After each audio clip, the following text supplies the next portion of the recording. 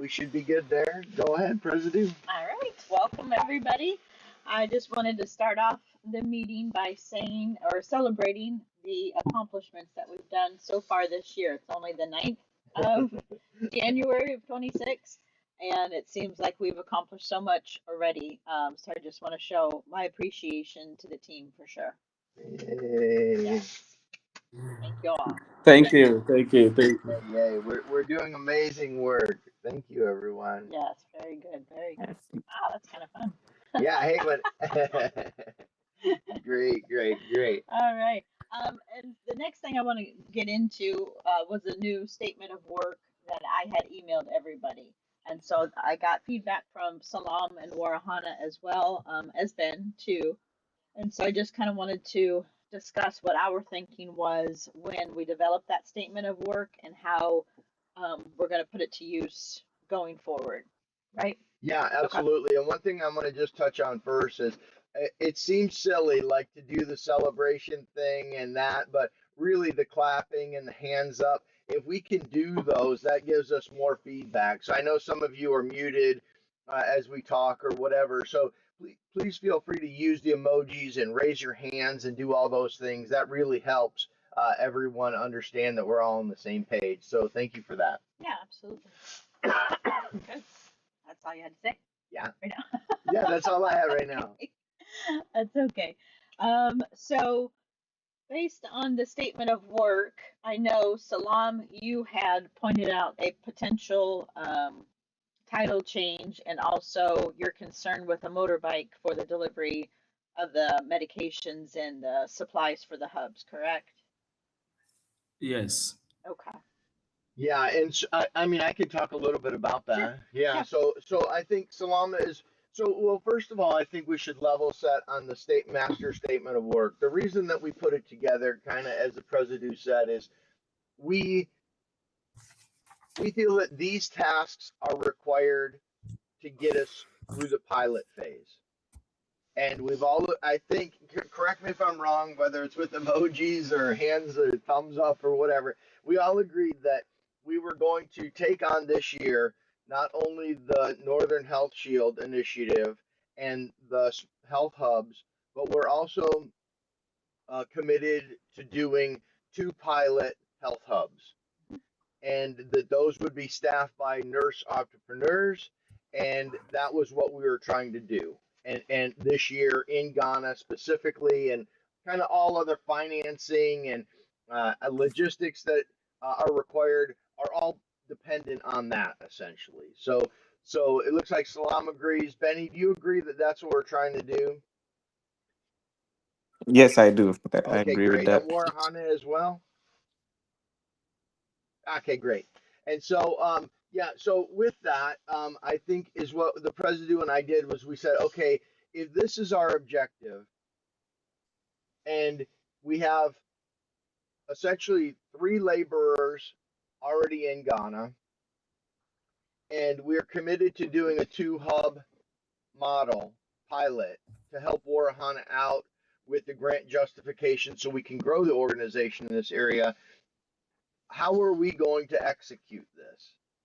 And so that was the premise of writing this master statement of work, is so that everyone knew what their job was going forward for the pilot phase.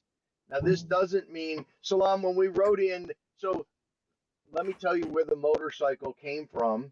And I think we agreed on this as well. So please give it a thumbs up, everyone, or thumbs down if I'm not correct or whatever, is that we agreed that after doing research on the drones, after looking at Zipline and their failures, we decided that it was probably best not to do a drone at this point in time in the way that we had discussed it at the moment.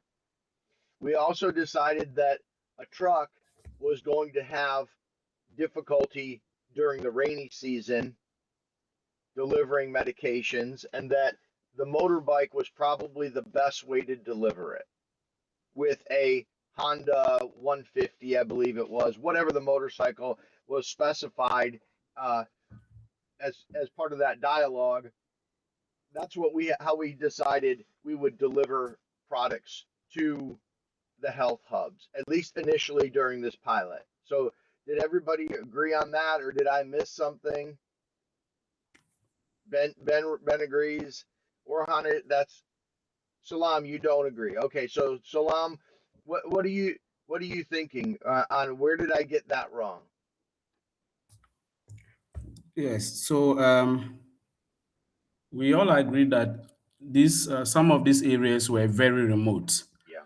and so the thinking was that the health hubs are going to be placed at communities that are accessible to other communities and also accessible for give basic needs workers. And the original understanding we got was that from the health hubs, we would have to now move into the communities that are not accessible to deliver vaccinations and all of that. And that was why I was strongly for the view that we need to get motorbikes, two of them to be at the health hubs that can be used to move from the health hubs to communities that are not accessible to administer vaccines. But the understanding, I think, based on our discussion on Discord, was that we are not going to do mass vaccination and we do not need to move beyond the health hubs to the communities because doing so would mean that we are doing mass vaccination. Right. I agree with that. Because, for instance, assuming we go and set up a health hub in a very remote community that is not even accessible by truck, how is Give Basic Needs team, maybe the Presido and you yourself and other partners, grantors, how are they going to access the facility when they need when there's a need to do monitoring? So these facilities are supposed to be positioned at communities, at least we can access them. We can deliver assets to those communities, equipments to those communities, because there are definitely some equipments that cannot even be delivered on a motorbike. For instance, taking hospital beds, screens, and all of that to remote communities that are not accessible by vehicle is not going to be possible. Okay, just the one thing that I think we should I agree. But one thing Yeah. I think we should separate, and Warhana and Ben, please comment as well, is that we need to separate the uh, the capital expenses, meaning the build out, which clearly we wouldn't be delivering beds and things by motorbike. That would be the capital expenditures, and that would be handled under the build out, just like we need to move bricks or blocks, whatever we need to do. But then there's the operating expense and the operating monitor, and essentially monitoring these locations. There's not really that's all done through ERP Next. The monitor them keying in information into ERP Next, which the smart grid will then help Ben and you, Salam, figure out what needs to be delivered to the health hub based on availability and la la la la la. So I think it's important to separate the capital expenses from the operating expenses and the operating process from the capital process. So the only thing that I see that we have to do with the RN nurses at the hub is essentially deliver supplies. No beds, no nothing. That would be part of a capital expense. It wouldn't be something come along in the future, not right away. Well, what would be part of the capital expense has to happen first. So we have to move blocks, we have to move beds, we have to move chairs, other things, whatever it might be, to what we're defining as a health hub to them. Mhm. And then once that's done, they're essentially on their own. They are an entrepreneur doing their own thing, not mass vaccinations like you said, none of that. They're simply handling the clients or customers or however you want to call them. I think patients, whatever you want to call them, Mhm. coming to them and they're administering services to them for a fee. Whatever that fee is determined by them. There's nothing we need to do. All they have to do is key the exact information that Warihana needs in ERP Next, and what Benny needs and what you need, Salam, so that we can resupply and report our operations to would-be grantors.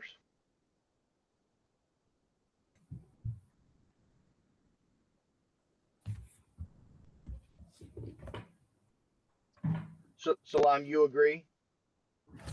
Yeah, I agree. Okay, great. And so, Benny, are you had thrown the thumb up, which was great. Are you in agreement with what it is we're trying to do? That we're separating the capital from the operating, and when it comes to operating, the only thing is going to be essentially the communication that's done through ERP Next and potentially WhatsApp.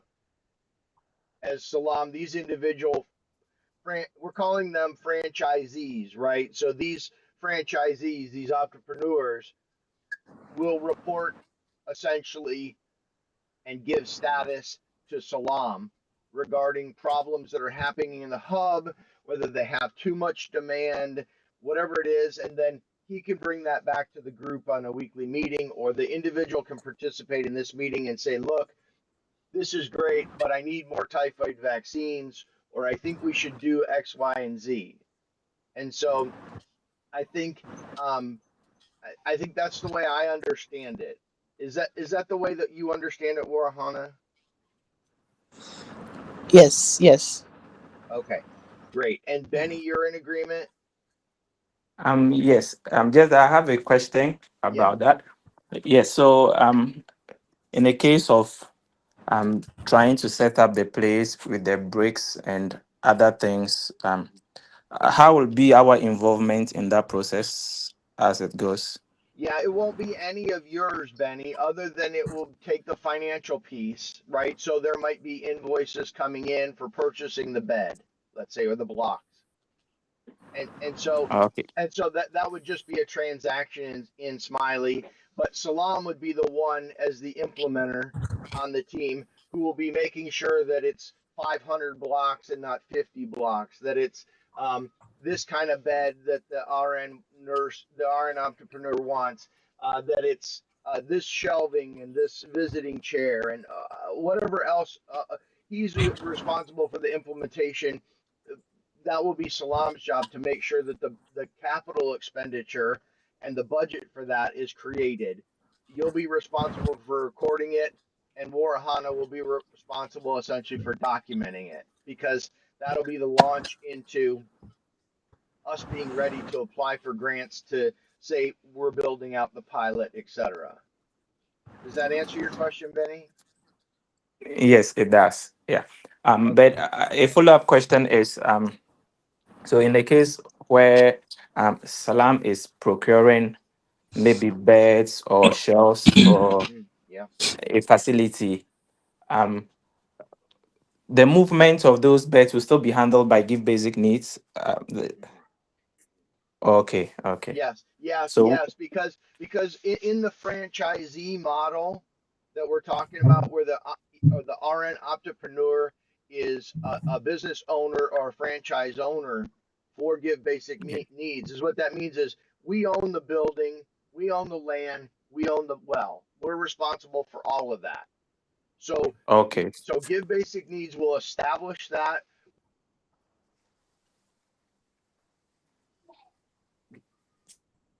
We'll build it out. Give Basic Needs will pay for that infrastructure, all of that capital expense, out of pocket or in the future with grants. Sorry, can you still hear us? I think the speaker. Oh, oh, It's flashing red, but I don't know if it works. I'm sorry. Can you hear us? yes, we can hear you now. Yeah, Oh, Yes, yes. Okay. did I break up? yes, shortly. But Okay. I didn't notice. Oh, Yeah, okay. it Okay. was shortly. Yeah, it was. Okay. Good. Good. Good. Okay. So basically, all of the capital expense for the hub will be taken care of by Give Basic Needs through purchase invoices that Salam creates. And if he needs 2 trucks, 10 trucks, 2 million bricks, or 20 bricks, that's he has to figure that out. I don't know, and I would never say. So that'll be up to the implementation of how the building is done, as well as he'll be responsible for procuring the deed for the land, because again, we want to own the hub, because if the franchisee, let's say the RN, Warihana did have her. oh, I'm sorry, Warhana, I'm going to get to you in 1 second. She put it down, but The franchisee, who is the RN entrepreneur, will uh, let's say that hub one, there's hub one and hub two. Hub one has a franchisee or an RN entrepreneur there, and let's say that someone in their family falls ill and they have to go take care of them. They can no longer do the duty of being the RN entrepreneur at the health hub. Is what this allows Salam to do, because they were just a franchisee, is say, okay, we own all the infrastructure, the land, and the well. Let's find another RN entrepreneur who comes in and can fill this void, so that the community can continue having the health care that it needs. Hopefully that answers your question, Benny, and so makes it clear for Salam. Warhana, you had a question? Yes. So if Give Basic Needs owns the infrastructure, the building, and all of that, Mm-hmm. apart from, let's say, a voluntary exit by an RN, maybe they've gotten a better opportunity somewhere, or they want to try something new. Uh-huh. Sometimes people tend to take things a bit more serious when there are rules, not strict though, but then if you know that, oh, this is supposed to be done that way, right? So something that I want us to think about is, maybe under what circumstance would we consider changing an RN? So for instance, we could set up a hub for a particular RN, and then maybe she or he comes there once a week. So when the people actually need him or her, she is not around. Right. I think that might be an instance where we can consider changing the RN, because you are not doing what we set out to do. Right. Right. And I think that's an excellent point, Warhana. And that's a document that I haven't created yet, just because I've been doing 1,000 other things. But this concept of what a franchisee or RN entrepreneur is, that is going to have a job description, like that they'll have to an agreement, and it'll say you'll need to provide um, you'll need to provide office hours from blah, blah, blah, blah, blah, or whatever. But Salam will be in charge of the implementation. So he'll be responsible for saying this RN entrepreneur is only treated 5 people and there are 5,000 people waiting. We should think about Hmm. replacing them. And that would be that's why we put them directly under Salam's report, and why in the model, in the statement of work, we set it up so that Salam would visit each of the hubs weekly, at least during the pilot, to make sure that he can see what kind of work they're doing and their effort, as well as are they working in our best interest as well as a franchisee. Sorry, Salam, I'm sorry, Warhana, did I answer, or I think I answered your Hmm. question, did I? Yes, you did, right? But I have a follow-up question. Uh-huh. Maybe this that I'm going to say is sort of contrary to the model that we already have. Okay. If we are calling them entrepreneurs, if we are saying this is yours, manage it, I feel like it might be a bit difficult to enforce some of these rules or ways of conduct. What if, right? What if we consider the RN's work, the people in the communities come access the healthcare, then they record, they get the payment from the person, and then maybe we pay the RN a fixed amount, and then the revenue comes to Give Basic Needs. That way, we would have more control over how they run the hubs. I'm just thinking aloud. I don't know. Yeah, no, I Do you think it's good, and that's why we have these meetings, is to think aloud. Here's my only concern with that. I completely understand your concern, um, in that in that I completely understand your concern. Here's my response: is that we could employ them. I think I hear you saying employ them on a commission basis.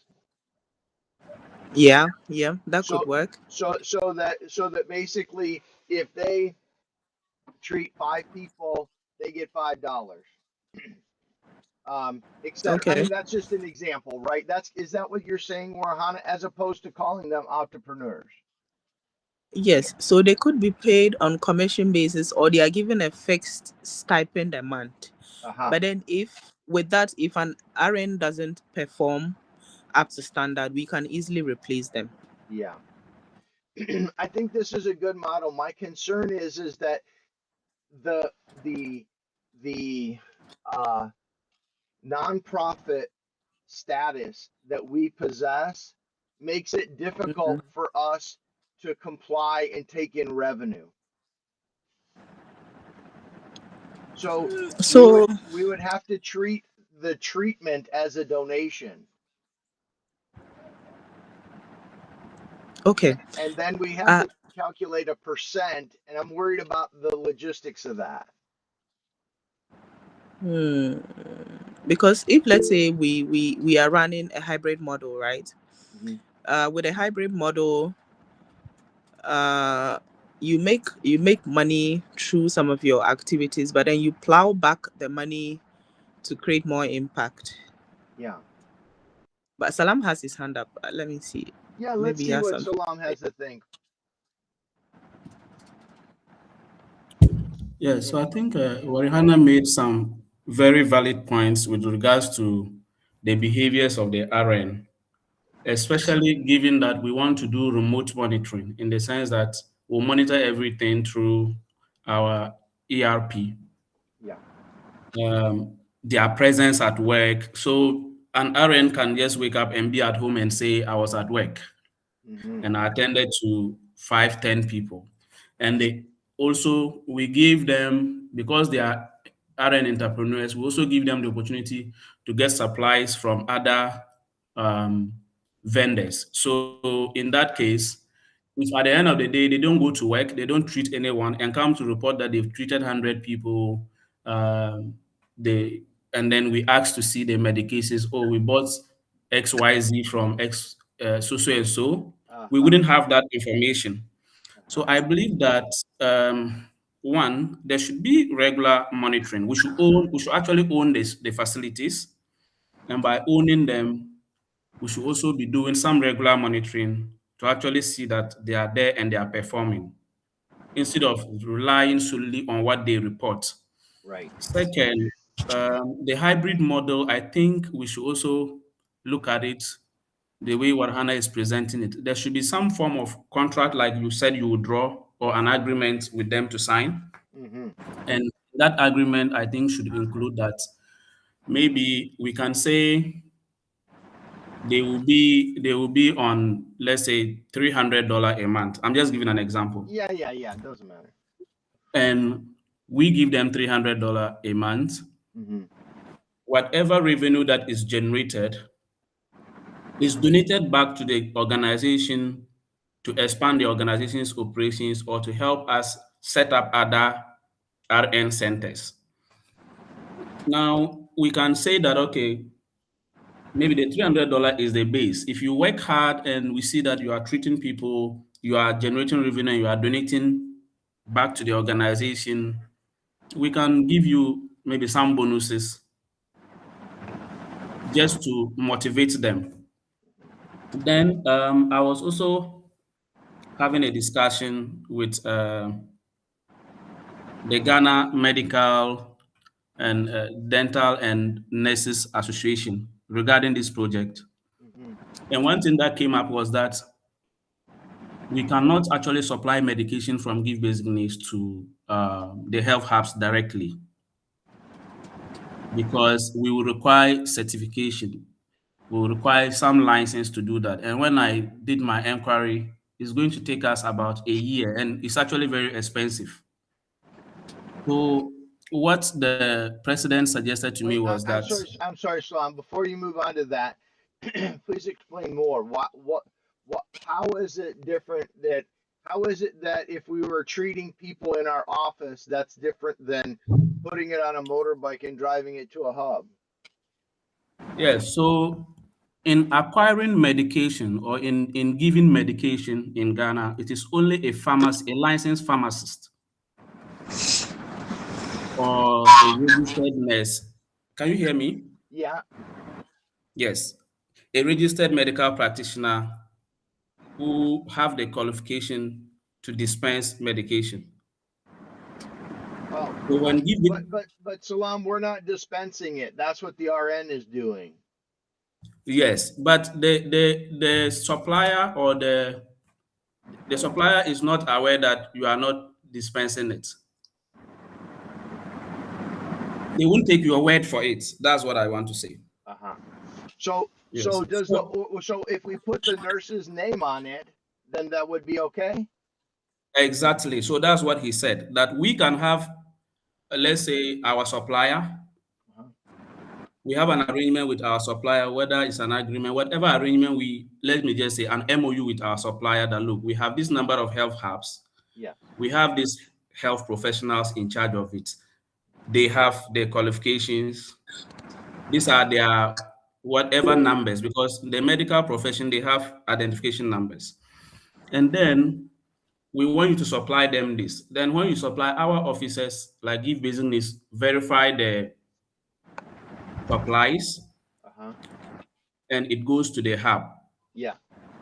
We receive the receipts and we do the payments. So just to take us out from that regulatory licensing requirement and all of that. Yeah. So So I think that, I think that's even more reason to have it as they're entrepreneurs, because then we don't get in the distribution problem because they're independents. The thing with them being entrepreneurs is that we can say, we know the document that they sign is their agreement. Warhana, I'm going to get to you in 1 second. One thing that we can say in this agreement is that we have a facility, and as an entrepreneur, we want you in it. yes. If you don't do these things, you will not be able. We can just make the agreement that if they don't do these things, they have to pay to rent the building from us at some crazy amount of money, 10,000 US a day. I don't know. It doesn't matter, right? And so basically, if they don't, if the RN doesn't want to perform the tasks, then they will still be an RN entrepreneur. They will just need to find a different location to do their business. We're essentially providing them a lease agreement at $0 if they behave the way we want. If they don't behave the way we want, then they have to rent it for $1,000, $10,000 a day. So, but is there a way? I think what Warhana was describing would actually give us the leverage to say, if you don't do ABCD, we are going to fire you or we are going to change you. Mm-hmm. Yeah, because then they are on our payroll. We are monitoring the revenue that goes there. We are monitoring the supplies that goes there. But We are monitoring the number of people they treat. So if we take you there and you decide to sit at home and just lie or maltreat patients or whatever, because Give Basic Needs owns the facility, the community knows the facility to be for Give Basic Needs. We are not going to tolerate you to tarnish our image by doing things that are not right. We can just say, look, we are terminating your um, whatever agreement, and we are bringing in someone. I think the only, Yeah. I'm gonna one more comment, then I'm gonna get to Orhana. I think that the problem though is that, Salam, what you don't understand it, or maybe you haven't considered, I should say, is that if we were to bring in all of the nurses' business, because they are entrepreneurs, right? At some point, whether they're paid with a compensation or whatever, if we start doing that, if we have their books integrated with our books, then we're responsible for them legally. Okay. Go ahead, Warihana. I just wanted to throw that out. Go ahead, Warihana. This is a great discussion that we need to have. Mhm. Okay. So with the supply of drugs, usually what organizations that are not legally authorized to distribute or supply drugs do is they do it through either a pharmacist or a pharmacy. Uh-huh. So they use the face of the pharmacist or the pharmacy Mm-hmm. to get the drugs or the supply. And it's like the pharmacist is supplying the drugs to the RNs in this case, because the reason why using the RNs might not really work is because we would be getting the drugs in bulk so that we can enjoy the discounted prices on bulk purchases. Yes. But each RN would need just um I don't think that the supplies they would need would be in bulk. So No. if we're using the RNs, then we would lose the benefits or the bulk purchase price benefits, which is even one of the reasons why the RNs would be able to also provide treatments at a lower cost, because the drugs and the supplies that we're going to give to them would come at a very low cost. Yes, or So it subsidized. Yeah. subsidized, because we are getting it at bulk price. Mm-hmm. So I think we should rather consider getting them through a pharmacist or a pharmacy rather than the RN, because with the RNs we can't enjoy the benefits of bulk purchase. So I hear you saying, Warahana.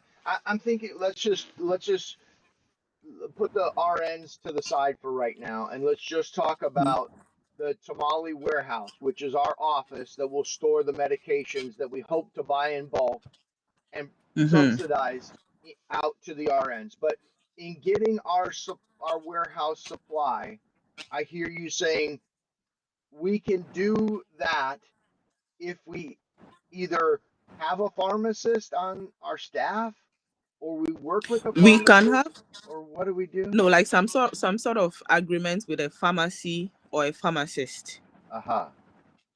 so that they get the drugs for us, Yeah. and then when we're doing the supplies to the RNs, it will be as if the pharmacist or the pharmacist is doing the supply to the RNs, Uh, as opposed to Give Basic Needs is giving the medicine to the RNs. right. I need to understand that a little bit better. So take me through the process. Salam, you have let's go to Salam really quick, and then Yes. Warhana, I want to come back to you and visualize a typhoid vaccination, how it would work through the process. Go ahead, Salam. So I think what Hannah is talking about a friend of Give Basic Needs, who is a pharmacist that we can use. Aha. Mm-hmm. So in that case, I think it's doable. We just need to look within our volunteers that we have and say, this is what we are doing, and at this point, maybe we want to procure medication. Can you procure for us from these people? We've negotiated. So, for instance, I can negotiate prices with the supplier and all of that, Mhm. and just ask a friend who is a pharmacy or a volunteer who is a pharmacist to Use go their get credentials to get it to for use. us. Yeah.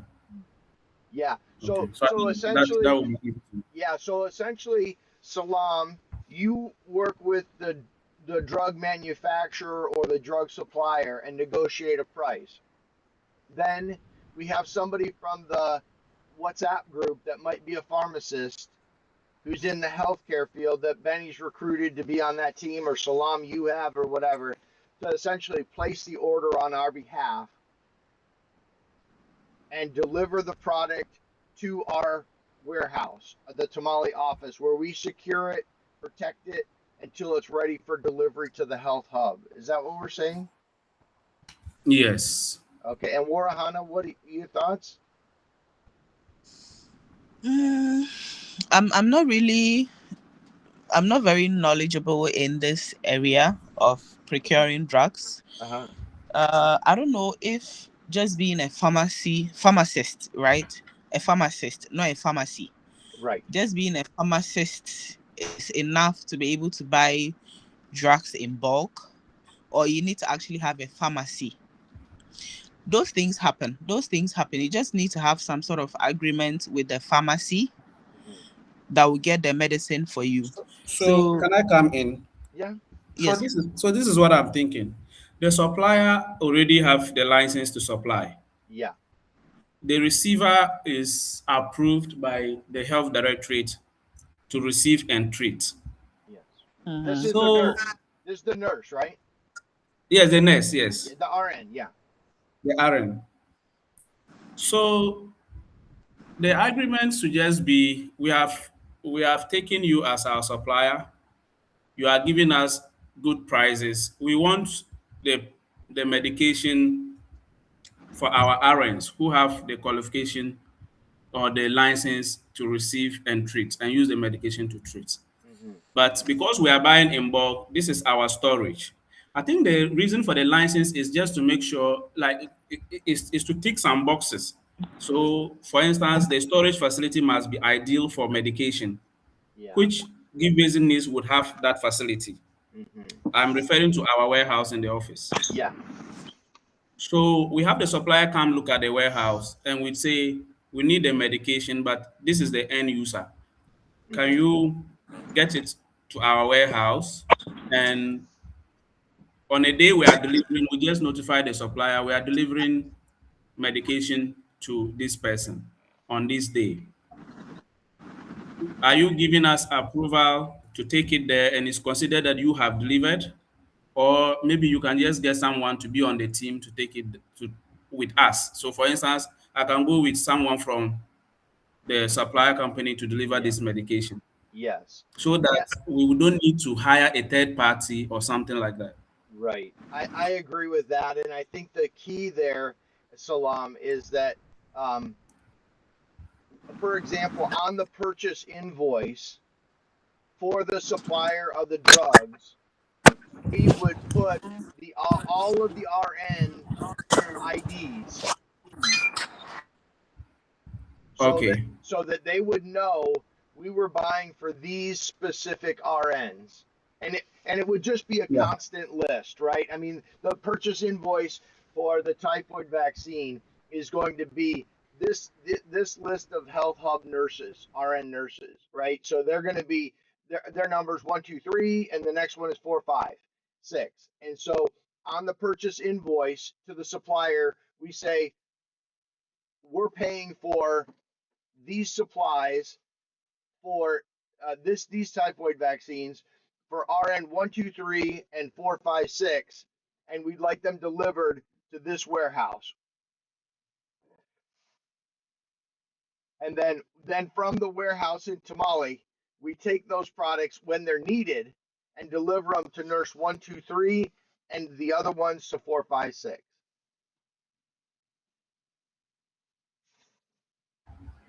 Yeah. And the supplier should be able to give us authorization to just deliver to these RN centers. I Yeah, we think just that say will. they're remote. We have to work at getting the product there, for crying out loud. Yeah. Okay, Warihana, you have a question or your hand up? Oh, sorry, that's a mistake. I mean, Salam brought up the issue of the regulations. So if uh this approach would work, then that's fine. Okay. Great. And so Salam is what I will do as we try to move forward. And this is why I'm trying to lock these documents down about delivering with motorbikes and how this whole thing's going to go. As we lock these documents down that say what we're really trying to do here and what the statement of work is and on and on and on, I want to I'll document this as part of the process so that how supplier A will sell to RN 1, 2, 3 and RN 4, 5, 6, and we'll hold it at the warehouse. I'll work all that into the documentation if we think that that's what we want to do as a group. And I want to hear that that's what we want to do from Salam, Benny, and Warahana. Is that what we want to do, or how we want to try to proceed? Yes, I think our documentation should give that outline that Mm-hmm. we are getting the supplier to supply, Yeah. So the supplier is supplying to these RN stations. Yeah. Give basic needs is only coming in to provide maybe a warehousing. That should be on our documents. Then on ground, we would see how to get the supplier to either authorize, get a guy to go with us, go deliver someone, because they work with a number of people and they are all licensed to do so, Yeah. so that we know we are not going to be caught up with the law. Yeah. And our books should define this clearly so that should any regulator take up our books someday, they won't say you were involved in Yeah. doing something you didn't have authorization to do.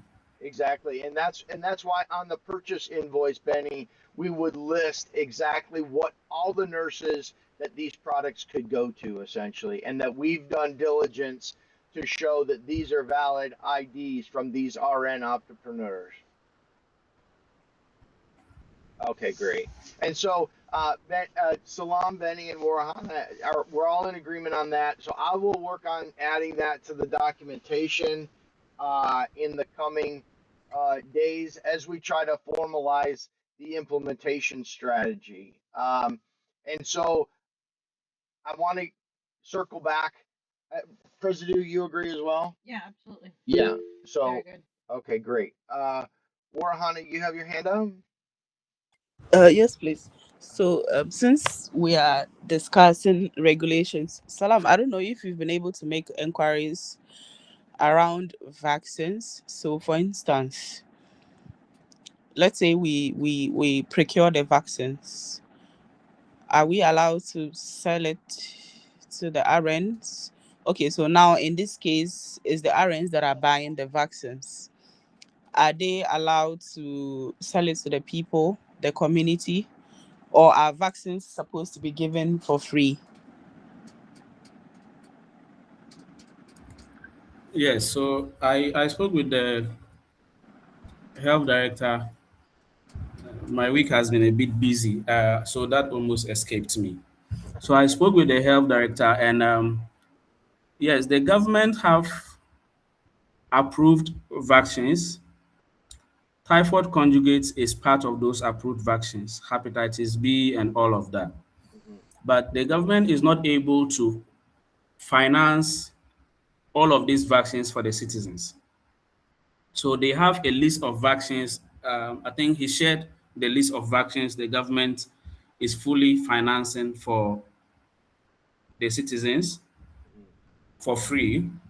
And hepatitis B and typhoid is not part of those vaccines.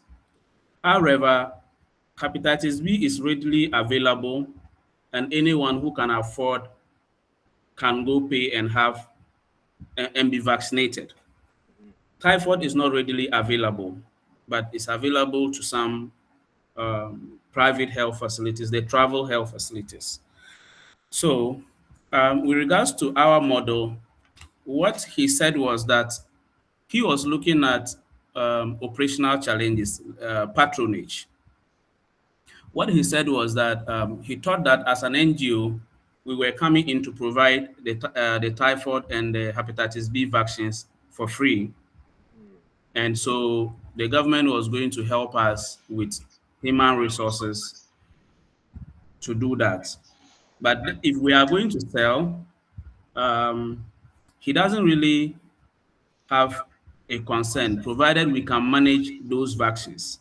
And vaccines are very well um, regulated more than medications.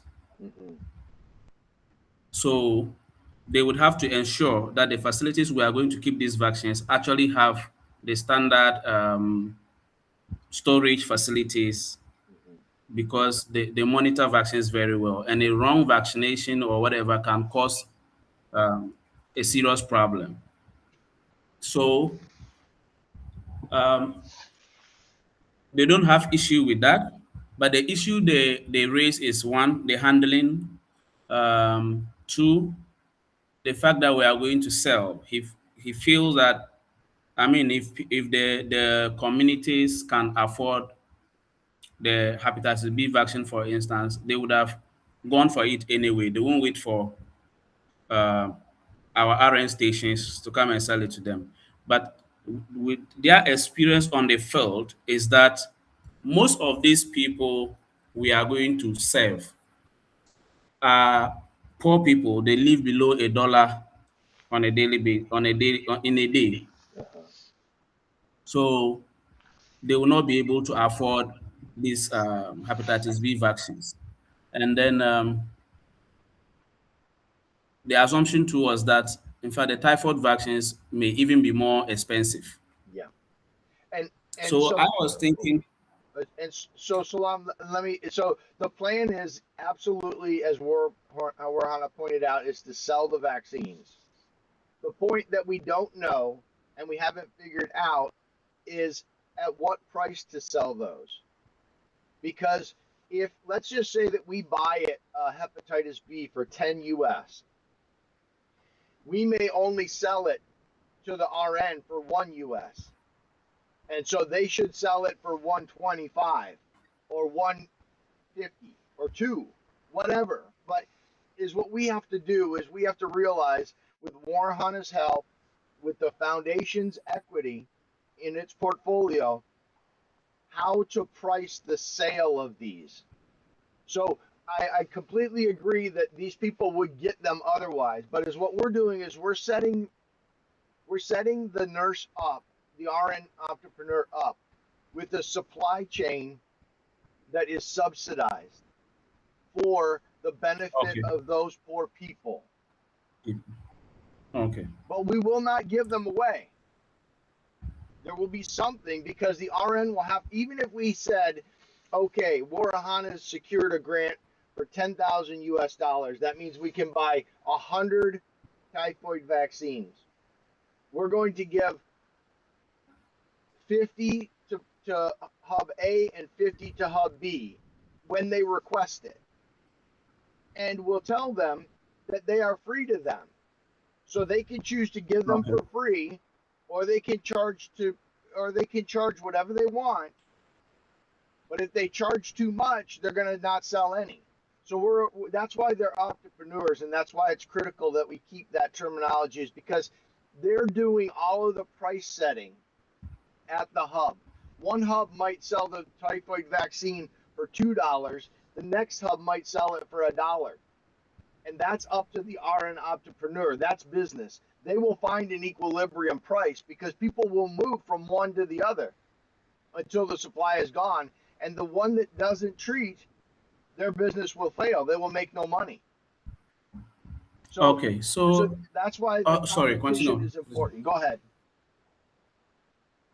Yeah, so I think I understand where you are coming from. He also mentioned that to me that um, they've had situations where some NGOs have sponsored free vaccines, for instance, hepatitis B Uh-huh. or meningitis, depending on availability. So, for instance, the government have some vaccines they procure every year for Ghanaians. Maybe this year the government only procured 500 for meningitis, and they are in shortage. An NGO can come in and say, we want to cover up with free 500. Another NGO can come in and say, maybe if you were to get um, meningitis vaccine in the market or for free from the government, but you've not been able to get it for free, we are bringing it to you, but pay 1 cedi Yeah. at least to cover for maybe something. For the nurse. The nurse's wage is Yeah, enough, yeah, right? I mean, exactly. So in pay this the case, for the nurse's nurse, wage. yeah, so we can actually do that. We can say, like you rightfully said, we are procuring hepatitis B for $100, pay $1.5. Yeah. Yeah, I think that is okay. And yeah, And the so one thing I wanted to add is that now, um, Presdo, these locations we are talking about, the RN locations, like I said, should be are the locations that we think should be accessible to other communities. Now, the most of the communities, honestly, are not very well accessible. So I was thinking, I think I spoke with Warihana on this, that we can have the RN station set up a particular day, either in a month or a week, and say every Tuesday, and announce around the areas, the zones these RN stations operate. Say every Tuesday of the first week of the month or of the second week of the month, you can come to the hub and you can get typhoid vaccine at this rate, or hepatitis B, so that we know, instead of just keeping the vaccine there and waiting that somebody will approach and ask for a vaccine. I think the So I key, don't know if that. I think the key there, Salam, is that Yeah. is again, and this is where we're struggling, and I think we keep going back to it, is it's a clear line between what the RN franchisee nurse wants to do. He or she is going to want to sell as many typhoid vaccines as possible. So they will have to figure out how to advertise. That's their business. And we need to teach them because they're nurses. So we can help them and say, look, why don't you set up, maybe with Warihana's advice or Benny's advice, we have them set up a Facebook page for their hub as part of their marketing strategy. And then maybe they do a post and say typhoid vaccines for one CD while they last. And they post advertisement, right? Now, well, 10 people come, 10 give away. The 11th person, I'm sorry, you were too late. We don't have any right now. We expect a shipment next week. So this idea of keeping the entrepreneur and at a distance, and us focusing on the logistics of getting them supplies on a regular basis that are subsidized in some way through Warihana's grant writing or through the foundation's efforts. The treatments are subsidized so that they can be relevant to the population we're trying to serve. So again, like you said, one CD to pay the nurse. So if she does that 10 times, she made 10 CD that day. But it's important that they run their business. And so I think it's really important that and this is why we need the RN entrepreneurs on staff soon, is because we need them to tell us where they want the location. Because they might say, oh, this is great, but this is too many to serve, or there's not enough people to serve, or they might have input on this. So I don't know if that helps. Does that make sense, Salam? I saw you do a thumbs up a couple of times, but are we on the same page? Yes, yes, yes. I think we are on the same page, and allowing the RNs to map out that strategy is best. We only teach them, or guide Yeah, them. Yeah. yeah.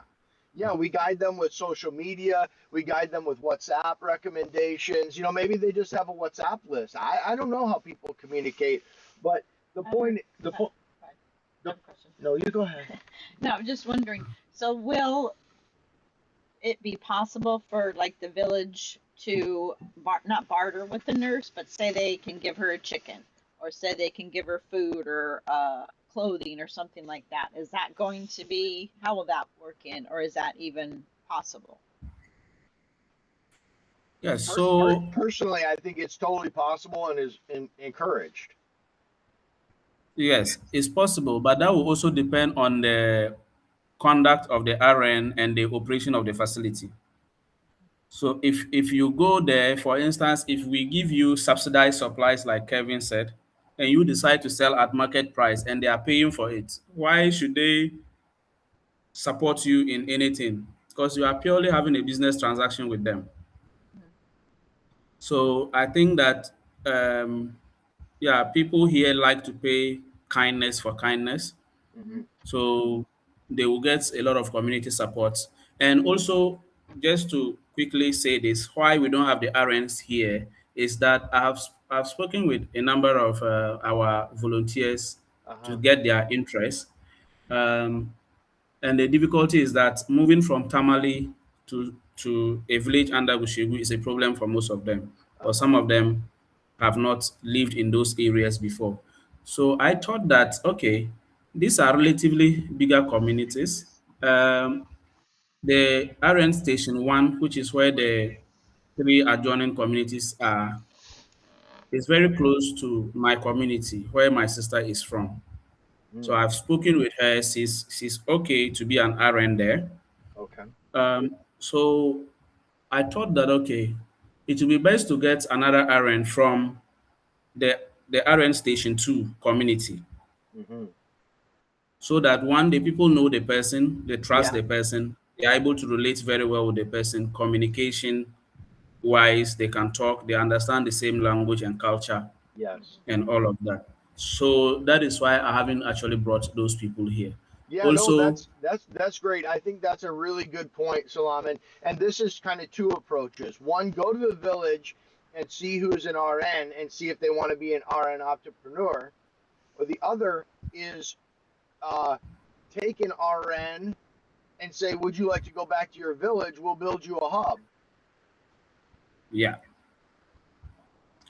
So the with the hub too, we were supposed to bring RNs to tell us what they expect. So my discussion with the health director on Tuesday, I asked that if they could give me, if there was some standards, and he said they do not have how do you call it, such architectural drawings to share. Sure. And I told him that, okay, we want to, I was just seeking his expert opinion. So I said, we want to get the RNs to tell us how they want the facilities to be. Yeah. And he made a point that some of the RNs can actually be, the nurses can be outrageous because every nurse wants, they want comfort at their, um, where they operate. Yeah. Yeah. Every human being rationally. So getting the RNs to tell us what they want, they might bring something extraordinary or something that might be above what we actually envision. Uh huh. So he repeated the same things he listed that we should have and said he would advise that we come out with our own structural design that can Mm. accommodate these things Okay. because Give Basic Needs owns those things and we shouldn't allow someone to dictate to us how those facilities are built, Uh huh. just so that we're able to stay within what is doable to us financially Yeah. and realistically. Then Yes.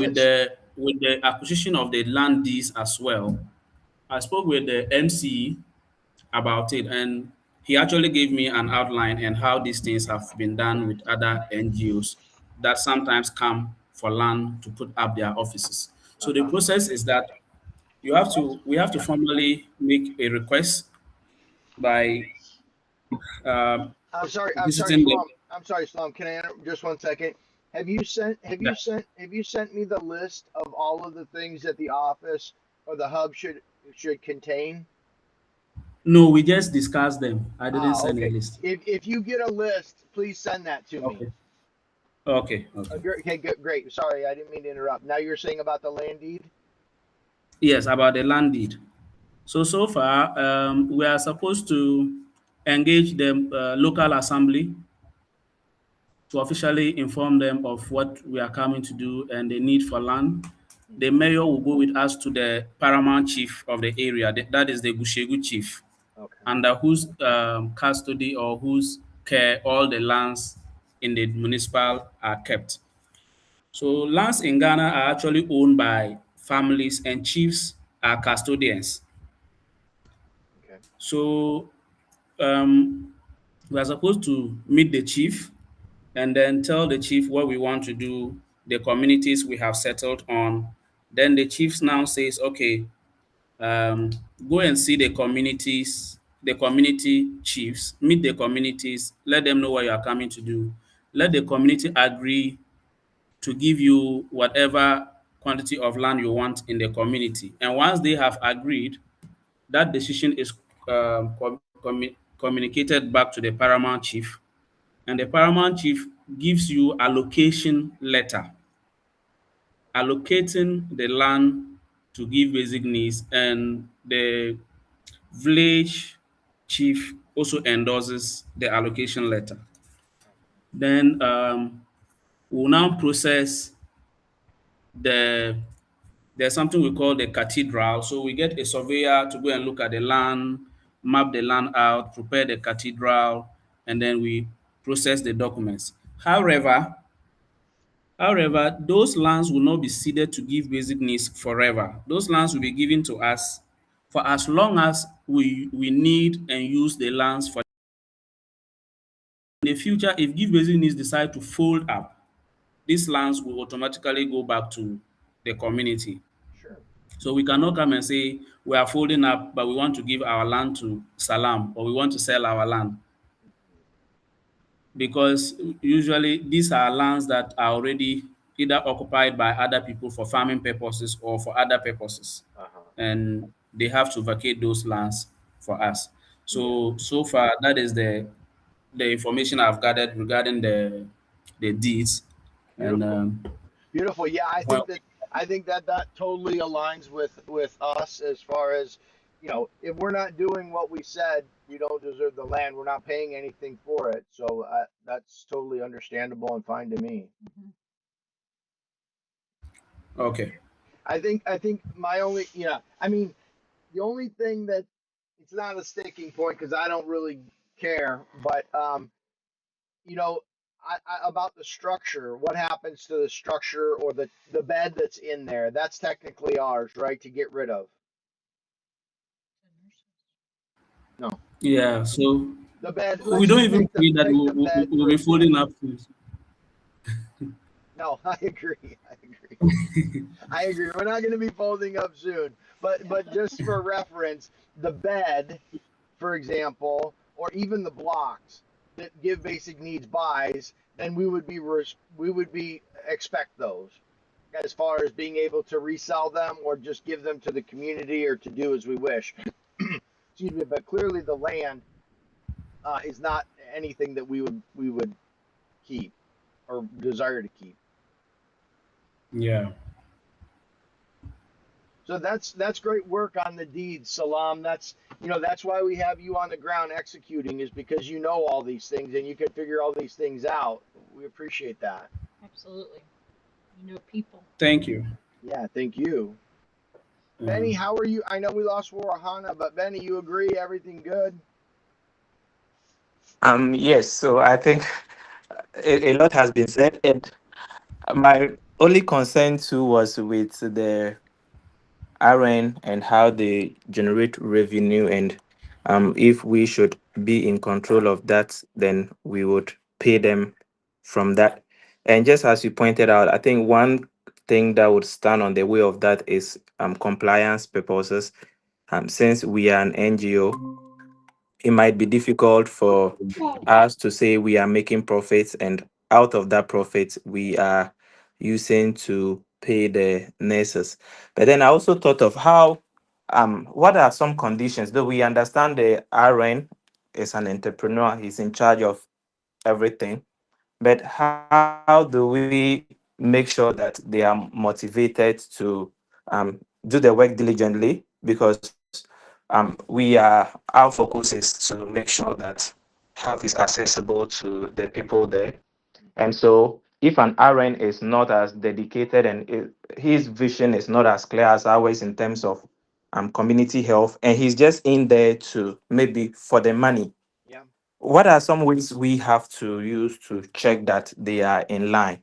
Because we should be mindful that this is a name we are making for give basic needs, though the RN is there as an entrepreneur, but it is something that has been set up by give basic needs, and we are looking for, even in the future, how to get grants out of these setups. So in an event where someone is doing an independent checks outside of ours, maybe we apply for a grant with what we are doing, and they decide to go, okay, you have these RN stations at these places. They might not inform us, but they have their ways of also checking to see how effective it is and how that solves the problem. Mm-hmm.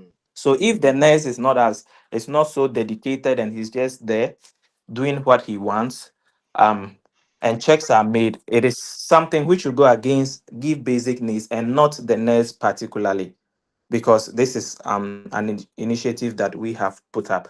So I think we have to be very careful with the um RN that we would choose to work with. Also, the agreements that we will make with the person has to be very clear. We need to come out with measures to ensure that though they are the entrepreneur and things, they have the will to do so many things, but we have to make sure that we keep constant checks of their operations and make sure that it truly aligns with the overall mission of give basic needs. Because someone could just feel like it's an opportunity. Let me accept to it. Then the person gets involved and he's doing things which does not align with what we want. So I think we have to brainstorm ways. We've come out with a lot of them. In drafting the agreement, we have to make sure that this RNS it's going to actually execute according to what we want them to be. Because if we shouldn't leave their will entirely to them, like things would go a way that when we want to do our own reports one day, like we wouldn't have something good to write about them. Then also you spoke about the community maybe giving them things, probably food items or any form of support. That actually it's good. They are not entitled to that, but they will do that depending on their relationship with the RN. So aside, you spoke about we guiding them in the process. So we'd have to guide aside these vaccinations and other things. There might be other community sensitization, probably talking to them about health. Something just to be able to change the mindsets of the people to, when they value health, probably people, some might not bother to go and check on their health status because they do not know the consequences and that. So this RNS should be able to at least once in a while let the community members understand the importance of some basic like health routines they should take to keep. So that way they become it builds a bit of trust that when they are not well or when something goes wrong, they know that, oh, let me go to this RN. Probably he would have something that would help me in the situation that I'm currently going through. So along the conversation, those were the points I was making, and this is the contribution I wanted to add up to that. Yeah. Yeah, I think it's Okay. great, Benny. I want to Yeah. point out one thing that you brought up is that, well, part of the and Salam, I'm going to get to you, but part of the franchise agreement is to do. We should require that they do 2 medical awareness events a month, where they talk about breast cancer, where they talk about diabetes, where they talk about whatever it might be. That can be part of it. And because the anchor is the well, they will have foot traffic to the hub. And so to Ben's second point was, so yes, that should be included. I'm not sure how to monitor all of that, but one of the things there is we have to decide if each hub will have a Starlink connection. And if they do, it places a bigger energy burden on the capital because we need more solar, more batteries, etc. But we could set up the concept of a camera, not a security camera, but an office camera, so that people could just check in randomly and see if the nurse is there, whether that's a potential patient or that's somebody like Salam who is managing this individual and checking on their status. So, You could have a flag or something. You don't oh, necessarily need a camera. yeah, a flag, whatever it is we decide. So Something. the monitoring of making sure that they're doing what we want is critical. We need to either write that into the contract, build the processes that Salam needs to do, whatever, whether that's with Starlink. The other advantage of having Starlink is they could have access to actually like our health, the August AI, which is a health-based um, artificial intelligence tool for diagnosing or treating individuals. So they could have access to that. It could serve that. But I think to Benny's last point is that what I hearing you say is that we really need to do one of two things. We either need to get someone from the village who is an RN and build them a health hub, or we need to find someone who is an RN who wants to move back to a village that we'll build a health hub for. this individual already needs to be known in the community as a quote unquote trusted individual from the beginning. Somebody who I was thinking as you were talking, Benny, I was like, instead of calling it the Give Basic Needs Health Hub #1, maybe we should call it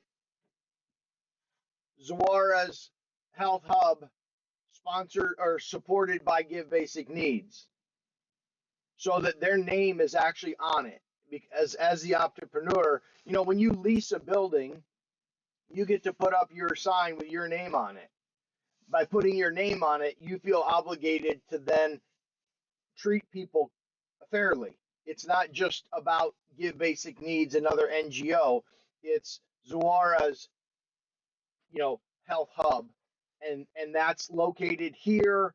And she has her own Facebook page, and then we handle all the logistics and supply, and we have sponsorship on the building, but it's not ours. It's actually theirs. And so I'm not sure who was first. Salam, your hand's down, so I'll go to Warihana. Warihana, what do you have? Ben mentioned something that I want to re-emphasize. So anything that RN does eventually is going to reflect on Give Basic Needs. Yeah. So one of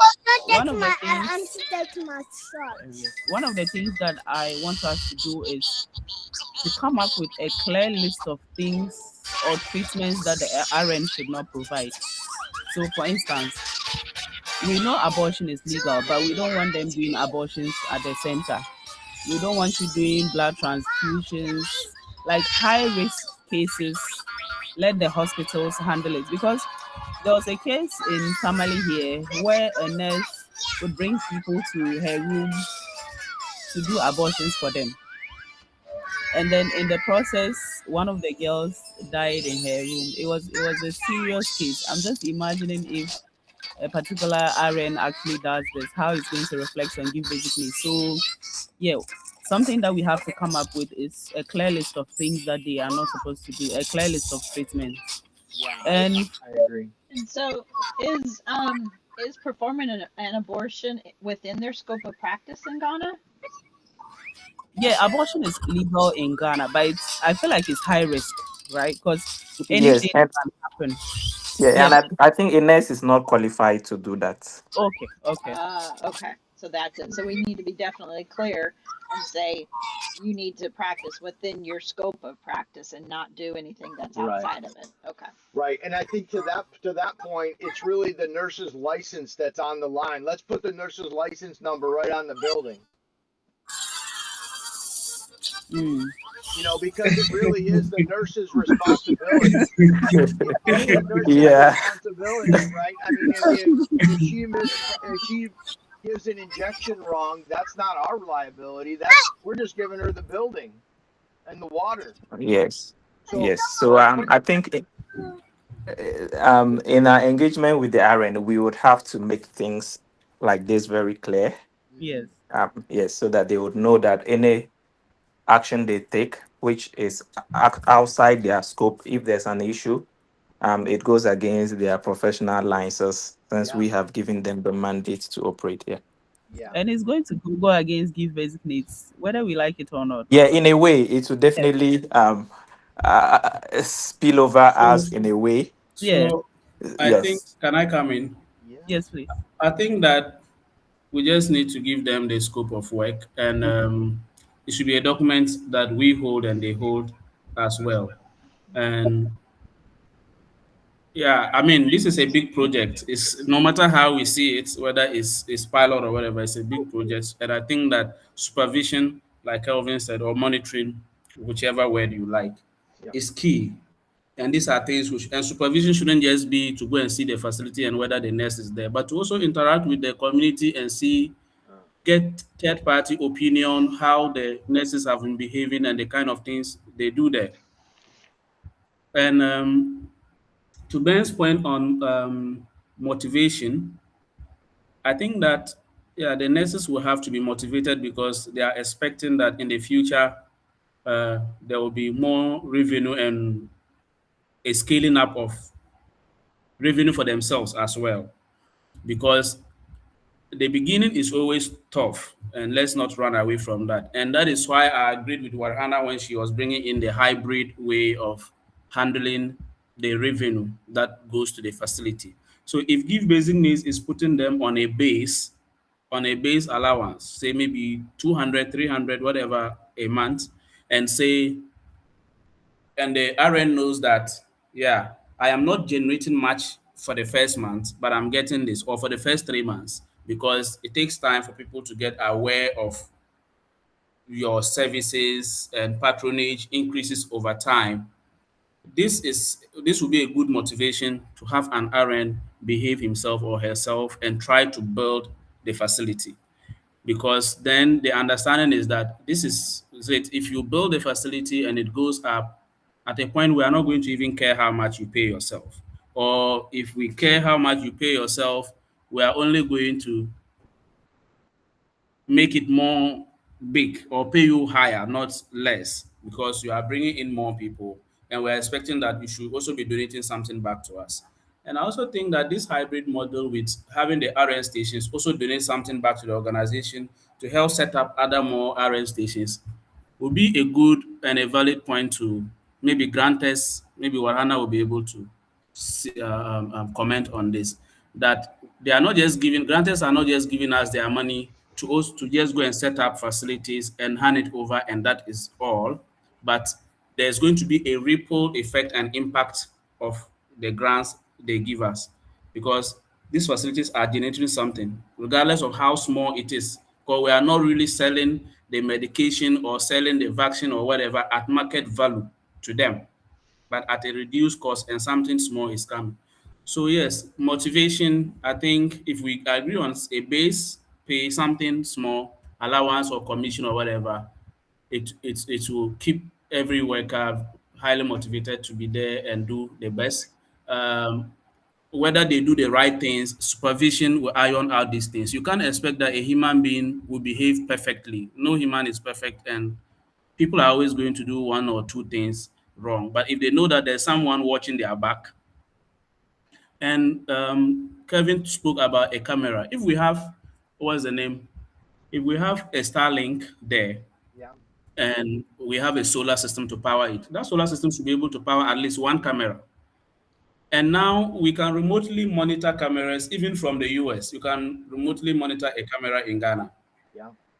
So the RN knows that I'm, I mean, there are eyes on me, Hmm.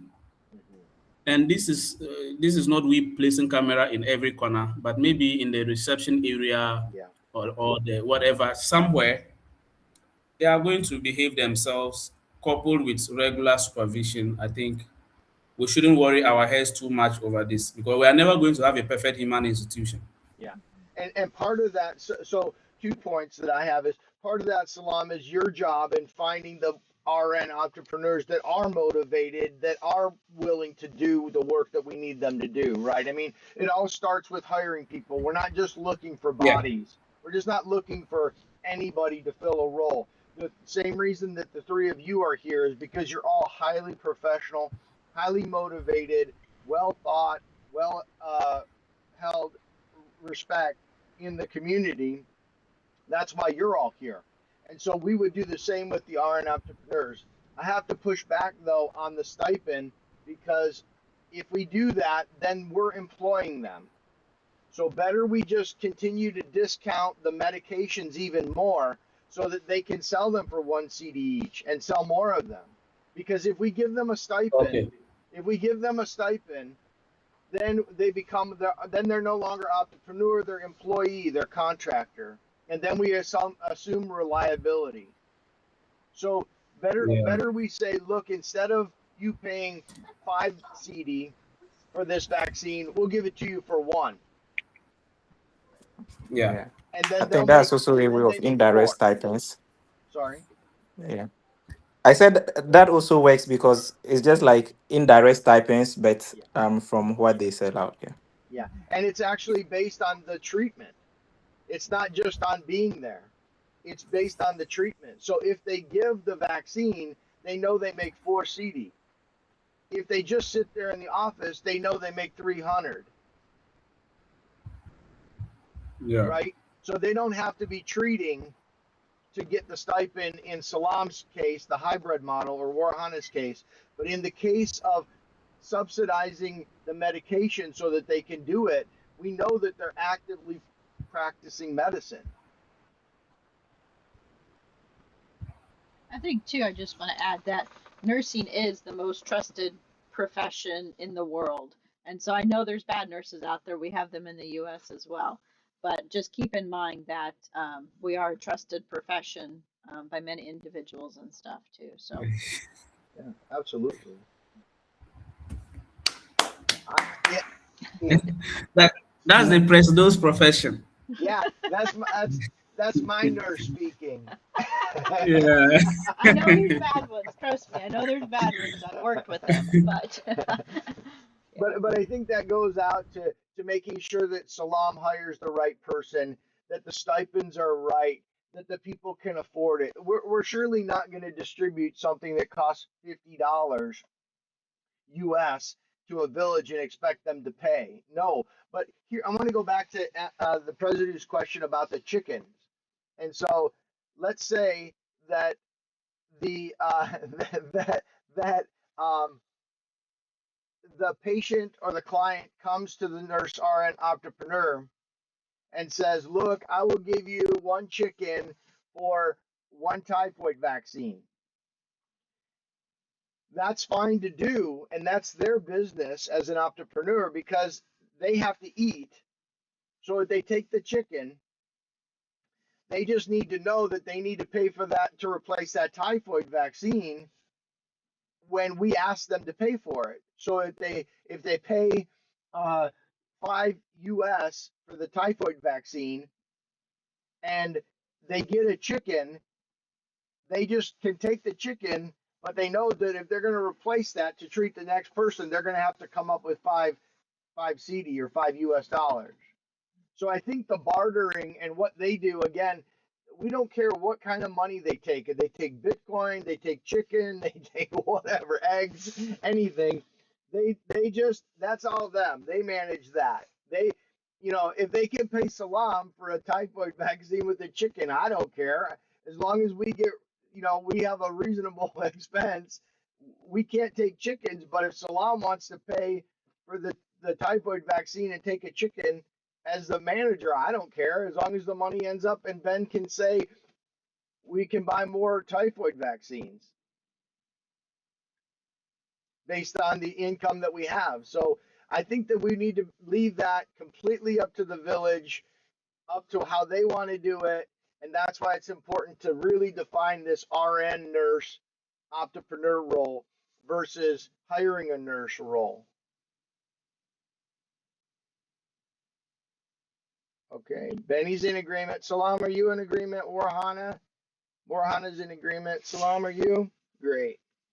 Okay, so now we have one more thing before I can go back to these documents and try and finalize them and put them into the knowledge base as far as what we're going to do. So the one thing that stands out, I think Warihana, you understand. Let's just go through the document. You want to do it, or you want me to? go ahead. Yeah. Okay, so Benny, you're good with the financial responsibilities, the warehouse work, the helping with the shipments, all of that in accounting in ERP Next. You're all good with that, right?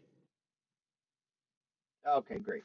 So now, Warahana, you were concerned with the grant coordinator position not being filled. But I think the thing that we have to realize, I think if I might not have said it right, so please correct me at any point if I'm not right. But you were concerned that you weren't going to get a grant coordinator to help you manage the grant pipeline. And that's understandable. But I think where we are right now is we have no grants, we have no deadline. The deadlines we set and the speed at which we work are all up to us. So I think if you have to take more time to do an application or a follow-up report or whatever with the tools that we've been given, I think we just need you to do those until we get our first grant. And then you can be like, holy shit, now I got too much work. And then we'll look at trying to fill the grant coordinator position. But I can't I can't have each of you, like I can't hire an assistant for each of you. I can't hire somebody to do the social media part for Benny. He's got to keep doing that. Not yet, anyways. Not Maybe yet. someday. It's someday. Yeah, someday we hope to grow. I mean, this is how we grow. Hopefully, we hire somebody to help Ben. Hopefully, we hire somebody in the future to help Warihana with the grants, and hopefully, we hire somebody to help with the supply chain for Salam. But right now, Warihana, we can't do the grant coordinator position because that's a capital or operating expense we can't take on right now until we get that first grant and evaluate what our needs are. So my question to you is, did I address your questions or your concerns about the master statement of work and how we need this essentially to move through the pilot phase? Okay, so I hear you. I hear you and I understand you. At this point where we don't have a grant, we are now just about starting to look for opportunities, build connections, apply for grants. I think this is even the time that a lot of work needs to be done, because even though we are doing pilot, it doesn't stop us from getting grants. Mm-hmm. And the initial phases are usually the difficult parts with grants, because you have to build relationships, you have to look for opportunities, you have to apply, you have to keep track of the status of all the applications.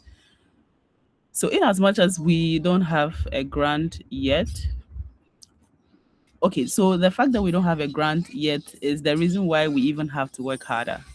Because then, when we have a grant or when we have grants, then we can even focus on applying for less and then managing what we have. So, what I'm saying is, I don't have a problem doing the coordination and all of that, but it might actually limit the number of opportunities we'll be able to apply for. Because if I'm Understood. doing everything on my own, I might be able to apply for just one opportunity in, let's say, a month. I'm just giving an example. Sure. But if, let's say, we have a coordinator who is also doing some of the heavy lifting, then we could apply for two or three or even four. And who knows, that could increase our chances of getting grants. Right. So I'm okay with it. I just feel like this is even the time that we, as in the grant department, need to work very hard to get a grant, because we don't have a grant yet. Right. Yes, good Right. point. And I totally hear you, Warhana, on that as well. And I think that I think that here's my concern too, is that if you get a grant coordinator right now and you land a grant, honestly, Benny and myself and the president, we haven't figured out exactly how we're going to manage that in ERP Next. Like, we know it's all there, but we haven't actually done a grant yet, as you pointed out.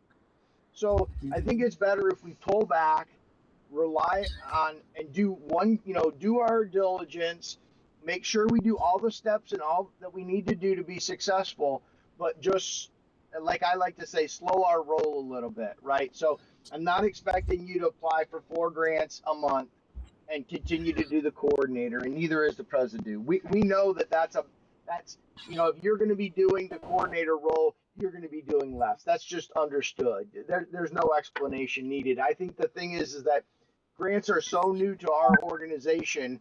We want to make sure that we do baby steps until we figure out how to do them before we go full bore. Okay, that's fine. Is that okay with you? Because we want you to be happy. We don't like, if you we're hoping to get you a grant coordinator as soon as we can. But right now, I don't see how we could do it. I'm personally willing to help you. If you say, Kevin, I need you to do this, just let me know and I'll do it. Okay. Okay, I'm So I'm you happy. I'm happy. I'm happy. Okay, good. Yeah, so you let me know what you need, and I will support you as much as I can in the grant coordinator role, or the president, or we could maybe even recruit a board member to help out with a certain piece. But if there's a certain piece that you need help with, please reach out. But for right now, know that we're not expecting 4 grants a month. We're expecting to learn, grow, refine, and then be ready to hit it hard, as opposed to playing catch up and figure out how to do all the accounting for 8 grants like we know you're going to be able to get for us. Does that make sense? Yes, yes, it does. Yeah. Okay, good. So you're okay with the statement of work right now. Now we got moved to Salam. Salam, your statement, the statement of work that I put out, uh, just I think the sticking point. You had a question about the title, but we can't. I can't rewrite contracts right now, and I think that's a critical role for you to have. But but I, what are we going to do about this motorcycle? Because that needs to be written in the next set of documents that I lock down. How are we going to do this? I was trying to think this morning. Is there maybe a chocho that goes to the village once a week? Is there maybe a person we can give money to and say a courier service and say deliver this to this health hub on Tuesday every day or every week? How can we solve the motorbike problem if you can't ride the motorbike or don't want to or don't think it's safe, which I understand?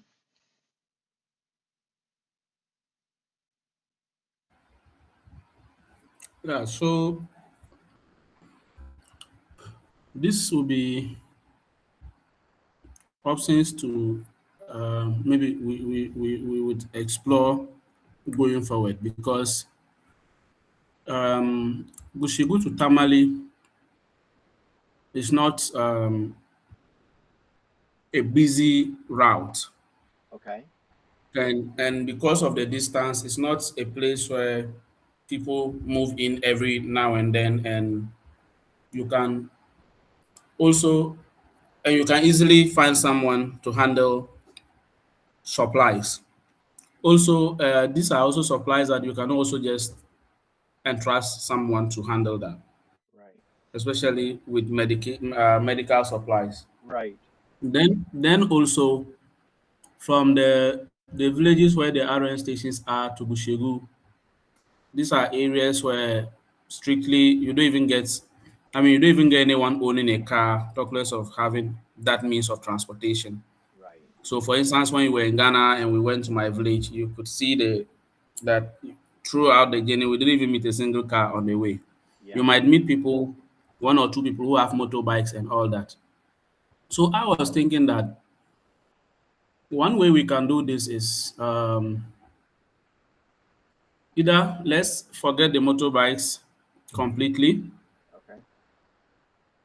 and get a vehicle, either a vehicle that would own by the organization or a vehicle we'll be renting, or um, explore an option to make sure that the medication gets to Goshigu, which is the capital, safely, and have these two motorbikes stationed at the two RN stations, and the RNs can come to Goshigu and pick the medications.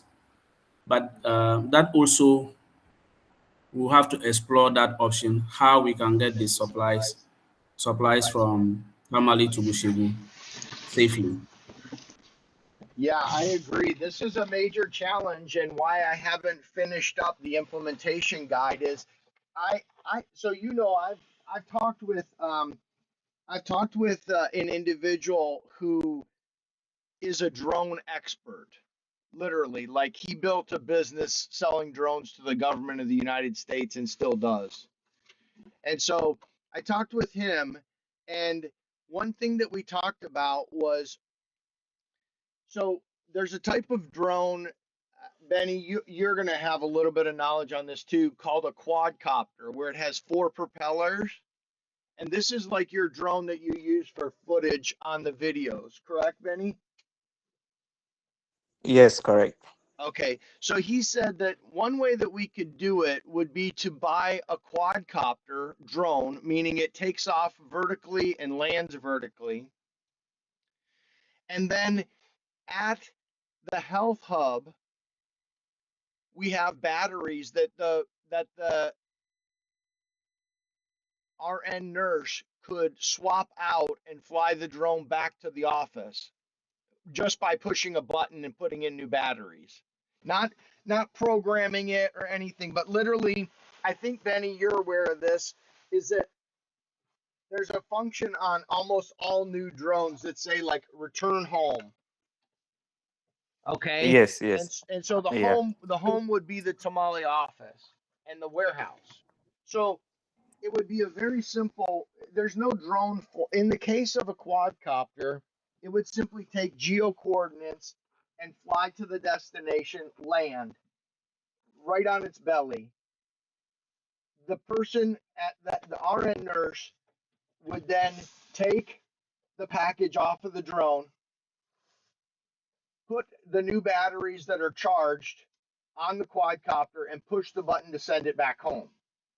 Now, if we take the limitations that I was going on from our last meeting about distances, we could do that, he said, reasonably for a 45-minute flight. And so this kind of drone also is not something that is in the $50,000 range. This is like a less than the cost of a car or a truck.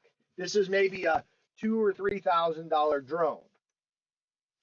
So that's kind of the idea that I had talked with him about, and I think we agreed it's a good solution. But in the past, I didn't know exactly how to do it going forward the because I was expecting the drone to have to be in the air for the full 2 hours, essentially an hour there, 40 minutes there, and 40 minutes back. And when you get a drone that has to carry 8 pounds for that long, it's very difficult, and that's when we get into the $50,000 and $60,000 drones.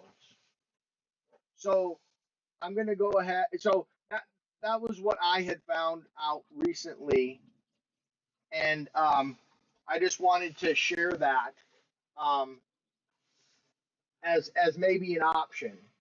So I don't know, Warihana, you have your hand up. What are you thinking? Okay. So I'm leaning more towards us getting a pickup for a few reasons. After we get the certificate from the social welfare, which I know we're working on, if social welfare certify us as an NGO, when we import, we get a subsidy on import duties, which is usually what makes the price of items in Ghana very high. Uh-huh. Let's say we are buying a slightly used pickup from the US. I think with less than $5,000 or even $3,000, we will be able to get a pickup. We don't need a new pickup.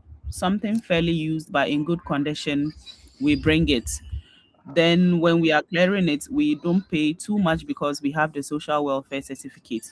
Now, when we get this pickup, it's going to do a lot for us as an organization. Number one, we're going to use it to deliver the drugs. Number two, when we are going for monitoring, which we have all agreed that is something that we have to do very often, just to ensure that RNs are doing what they are supposed to do, we go to the stations with a pickup. When we even have other activities, let's say we get a grant that is allowing us to do something, let's say a mass vaccination or anything to make people happy.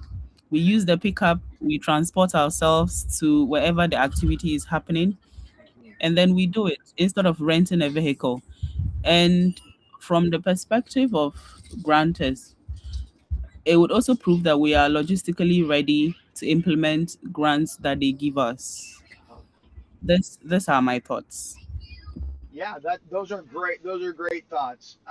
My only question, I guess, is to all three of you is that it, so the reason that we decided to go kind of with the motorbike idea is we felt that the rainy season and the clay was going to be the clay, a transportation, actually the movement of the truck would be difficult during the rainy season. I don't know if that's the case, and but that's why we had talked about motorbike initially, and that's why also the drone came up, is because we didn't need to be actually on the physical wet ground. So Warhamana, do you have any comment on that? And then also I want to hear from Ben, who has his hand up, and Salam. Yes. So we are not we are not citing the hubs in very remote villages. Let's take Nacham for instance, Salam's village. Uh-huh. Salam's village is a village because my village is a city more than his village. Uh-huh. But we we were able to drive, like you are able to drive to Salam's village. Go and give it to so and so. You are able to drive to Salam's village even during the raining season. So Okay. if, let's say, we site these hubs in villages such as Salam's village, we can still access them during the raining season. And even if, let's say, the RNs, a very creative way for the RNs to make more money is they could then, let's say, have specific days where they go to the remote villages and go to grandma and show people. The RNs, like a creative way to get more people to treat is they can run activities on specific days in remote villages that are a bit far from the hub but need their help in some way. That's my comment. Yeah. Okay. Great. Great. Benny, your hand is up. What are you thinking? Yes, so my first comments would be on the drone. Uh-huh. I think the drone would actually have been a good way to go.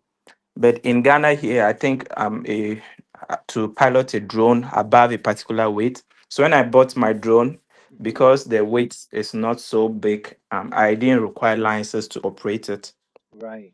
because it's just for photos.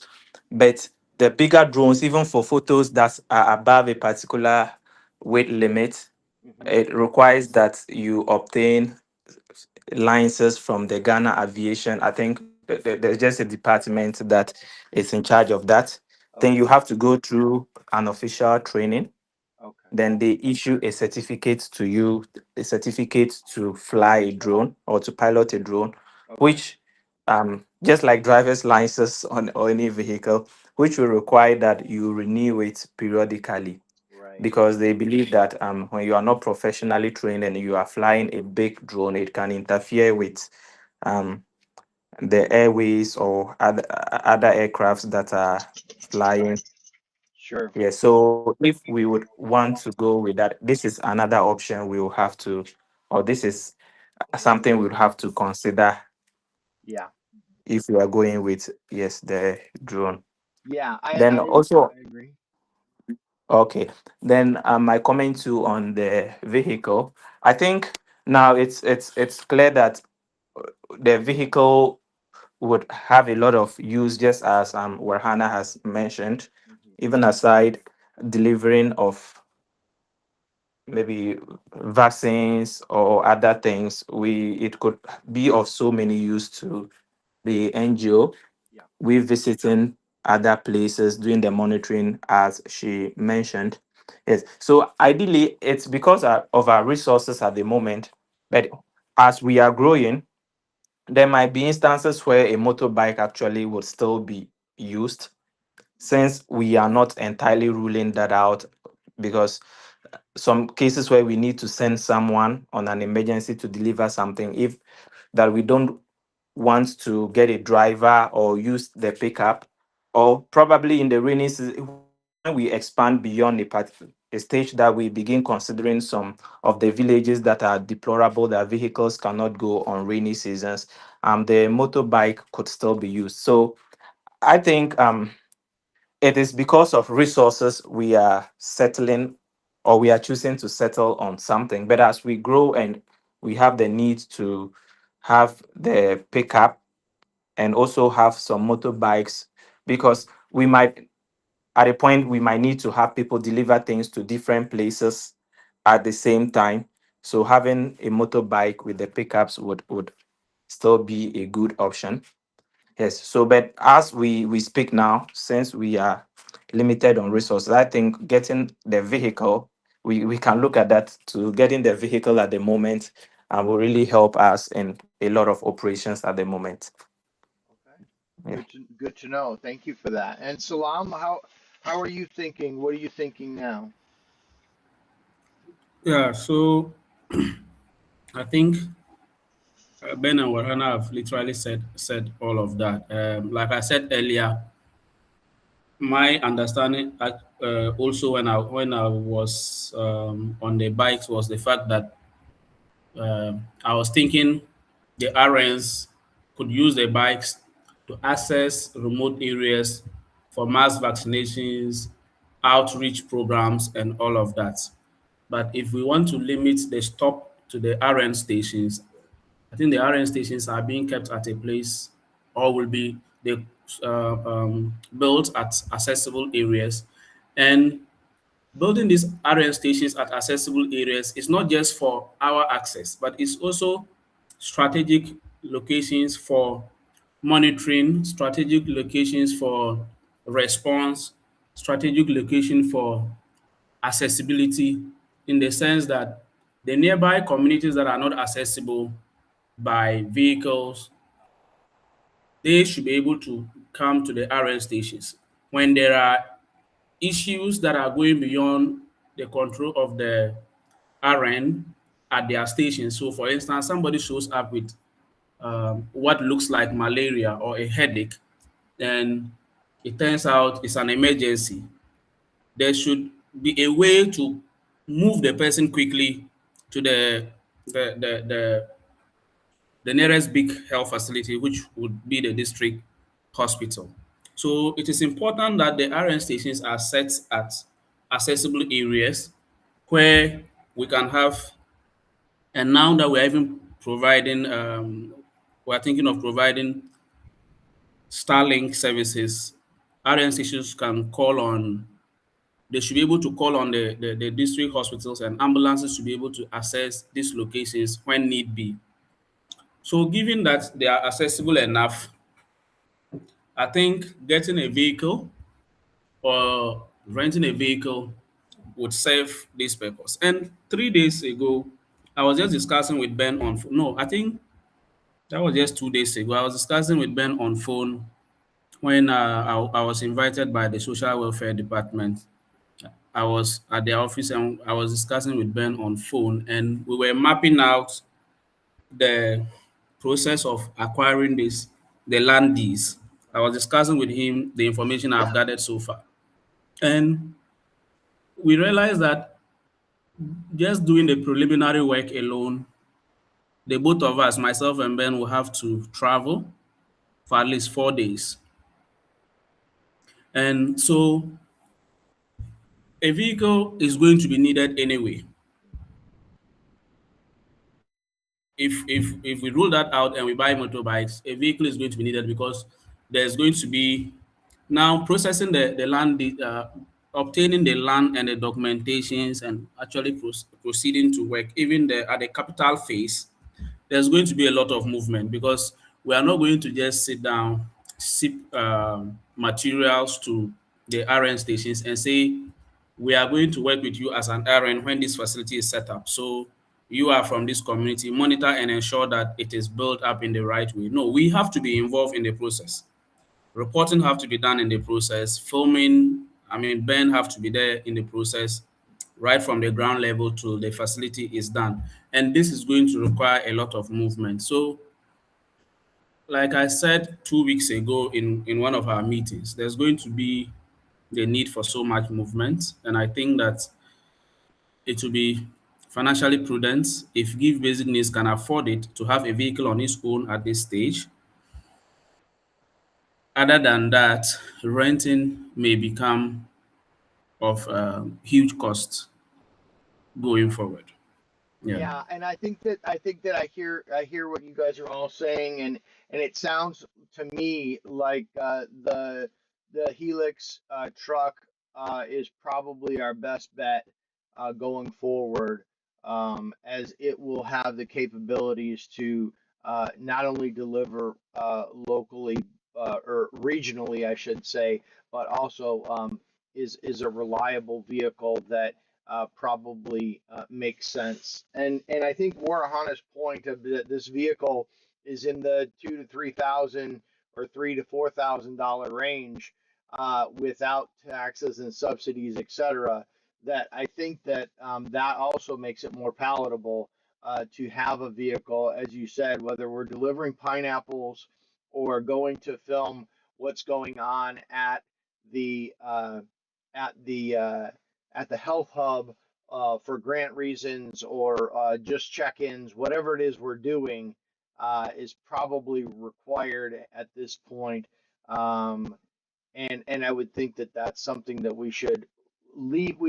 I'm making the recommendation that we remove the motorbike from the delivery process to the health hubs and implementing the Helix truck, the Toyota Helix truck, as a delivery mechanism to the hubs on a weekly basis. Does that sound like that's going to be a good solution for everybody?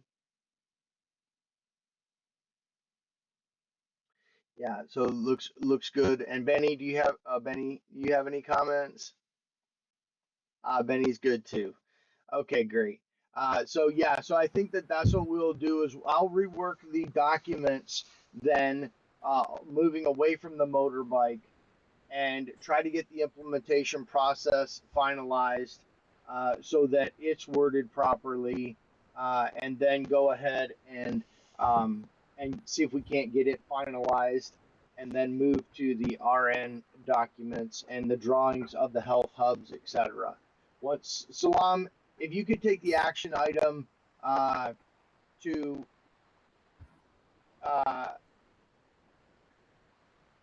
I think we're to the point where we can we're ready for the purchase invoice of the vehicle, or do we have to wait on some health certification that Warihana brought up before we can get that discounted vehicle? Where are we with that, Salam? If we want to enjoy the social welfare benefits, then we'd have to buy and ship it from the US. If we are buying it locally, then the car dealers are going to sell it to us at a market price. Uh-huh. I don't Yes, have so any I also idea. I think, don't have any idea how we would buy it from the U.S. or I don't know how any of that would happen. That Salam has to. How would that work, yes, Salam? so I also think shipping from the US will be the best options. Cars are actually sold, especially used cars. Used cars are actually sold almost twice the prices they are in the US, because I do see online. So, for instance, I saw a Toyota Camry few months ago that was going for $8,000 in the US, and the same Camry was being sold for almost $20,000 here in Ghana. Wow. So yeah, so honestly, cars are very expensive here if you are buying from the market, except when you are buying a brand new Toyota, for instance. Toyota has they have their official sale points here where you can have uniform prices across the world.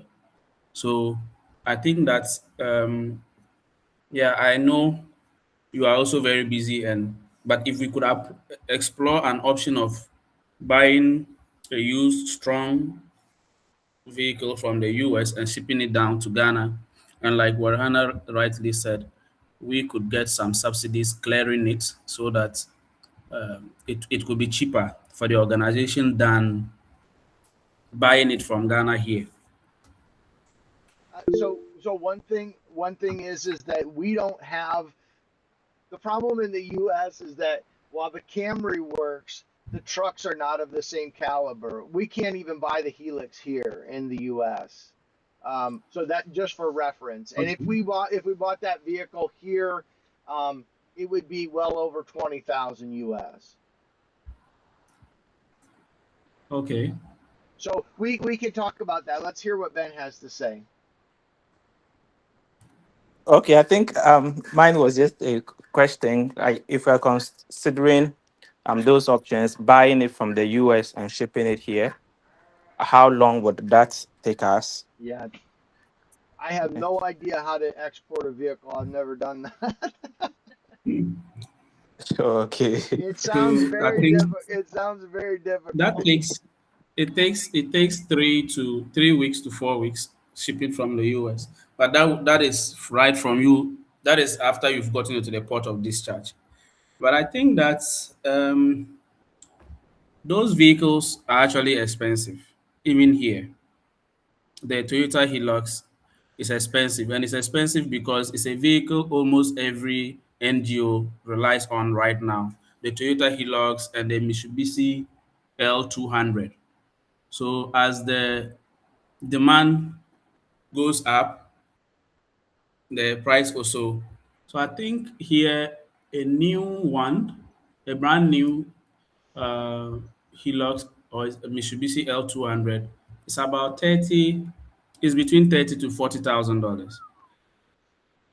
Yeah, I Yeah, mean and that's what they are here, yes, and and that's the so they're not even as good as the Helix. They're actually not built for Africa. They're built for the U.S. roads. yes, I think in Africa we enjoy them because people say they run faster than the Hilux, Uh-huh. and, and we like speed. So Yeah, but then yeah, you have to realize 30,000 if it's new, but what about the case of maintenance then and all of those expenses that we don't have when we rent? So I I don't think know. let's maybe yeah. plan. So I would like to say let's do comparative cost analysis before we move. So for instance, if we are renting 4 times a week to set up the structures, and we've set up beyond that, how many days do we think we'll be renting every week for going forward, aside the fact that Warihana have stated that it will also point out to guarantors that we are logistically ready. I Yeah, think that we should do the comparative analysis, and from my point of view, getting a vehicle at maybe $30,000 will be a good investment, because I'm looking at that vehicle. So I don't know of Mitsubishi L200, but Toyota, when they brought the Hilux, the message in Ghana was used for 10 years before you start maintenance. That was the yeah, adverts or whatever they were running out. yeah. They're So if very durable. if it is actually that reliable, I haven't used one honestly. Hmm. If it is actually that reliable and it can stay with the organization for that long, then I think that then also we'll have to also find out how much does it cost to service it, Hmm. and what duration. Then we look at those things and see whether spending $30,000 now, just an example, to get the vehicle that we can use for 5, 10 years is much better, or renting now for the next 10 years will be better. Yeah. Salam, since you're able to get those prices, and I don't really have access to those, could you put that together for us next week? Yes, I can do a spreadsheet. I can actually get the actual prices and do a spreadsheet, and then we can share it. Yeah, that would be great. So if you could take that action item to put the numbers together on the pricing of the truck, then I'm still going to wait on updating the implementation guide, because this is why I went with the motorcycle. Is because for 3,000 US we could probably buy a new motorcycle. So I think in your spreadsheet, Salam, I think is what you have to do is add the Honda 150 motorbike as an option when we talk about it. Even if it might be better to buy a $3,000 motorbike and pay someone 25 US every time they make the run than it is to buy a $30,000 vehicle. I don't know.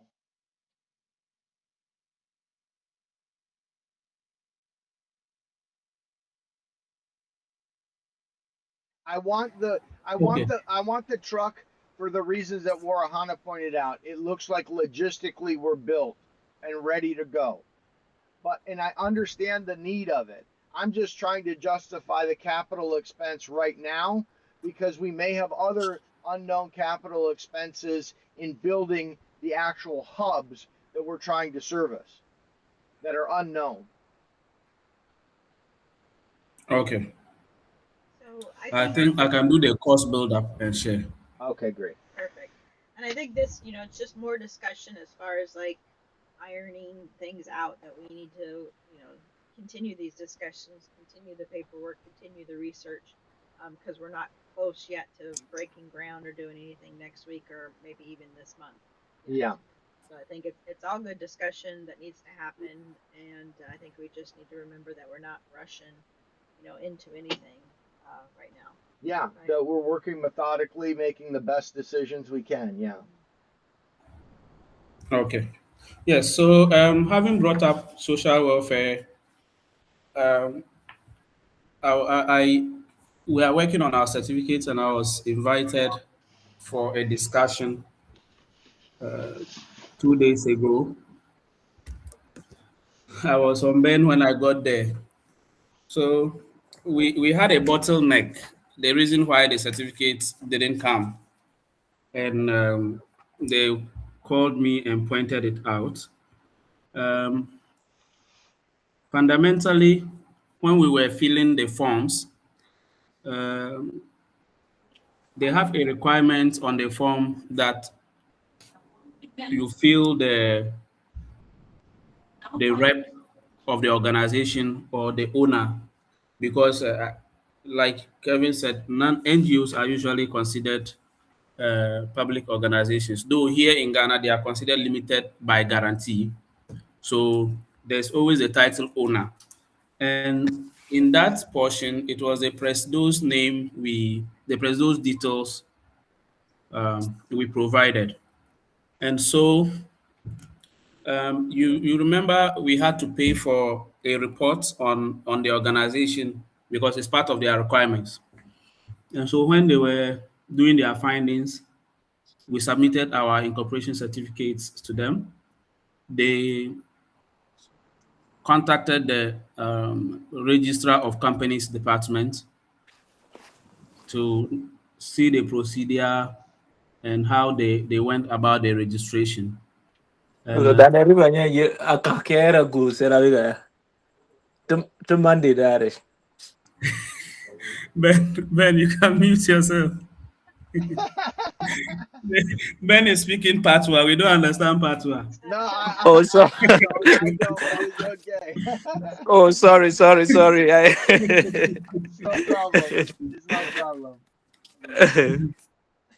So, so, they found out that the other directors, except the local manager, were not physically verified, and so they held on to processing of the certificates. So when the guy, I was on phone with Ben when I went into the office. When the guy saw me, he was a bit furious. We had a very heated exchange because me too, my emotions sometimes go out of place. That's okay. And That happens to and me too. and so um, he started throwing tantrums. You are doing an illegality, blah blah. We are going to query Madam Hamida for registering the organization illegally because they were supposed to verify. And I'm like, yo, bro, you have to relax.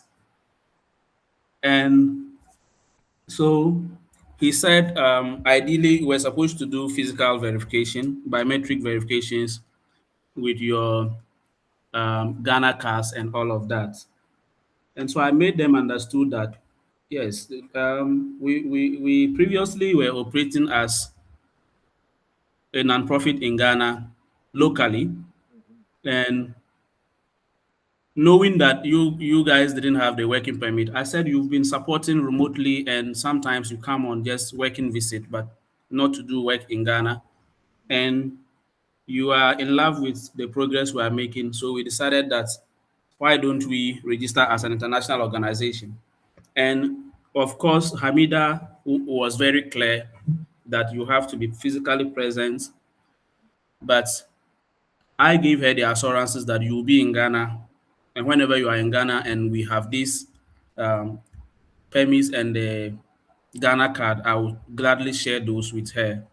And that was why she overlooked. And so I didn't want the guy to take his frustration or query Hamida for doing anything. If there was anything or anyone to face any consequences, he should just direct it all at me because I needed to absolve the lady.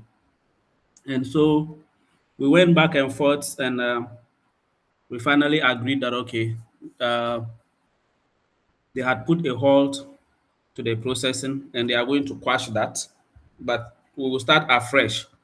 And starting afresh, they will make sure that within 3 weeks, 4 weeks maximum, we get the certificates. But they are now requiring that we provide them with some new documents. His authority, his boss, who is the director, had directed that they should carry out a criminal investigation on the organization. But upon our engagement, the director himself, and the director happened to be a party man, like a colleague on the political field who has just been posted to the place. So our discussion, he said, oh, he could vouch for me. We have relationships in the past. However, because it was a formal request, they want the president to write a consent letter saying that we have consented that they should carry out a criminal investigation on the organization, not the individuals. And I said, okay, that's fine because we haven't even started formal operations, and so we've not done anything untoward. And I'm okay if they want to do any criminal investigation about the organization. He made me understood that it was just a formality and they are not really going to do any of those, but just for him to get that letter, and also in writing his report, he will say they've carried out their investigation and they found nothing. Then also a new board resolution letter.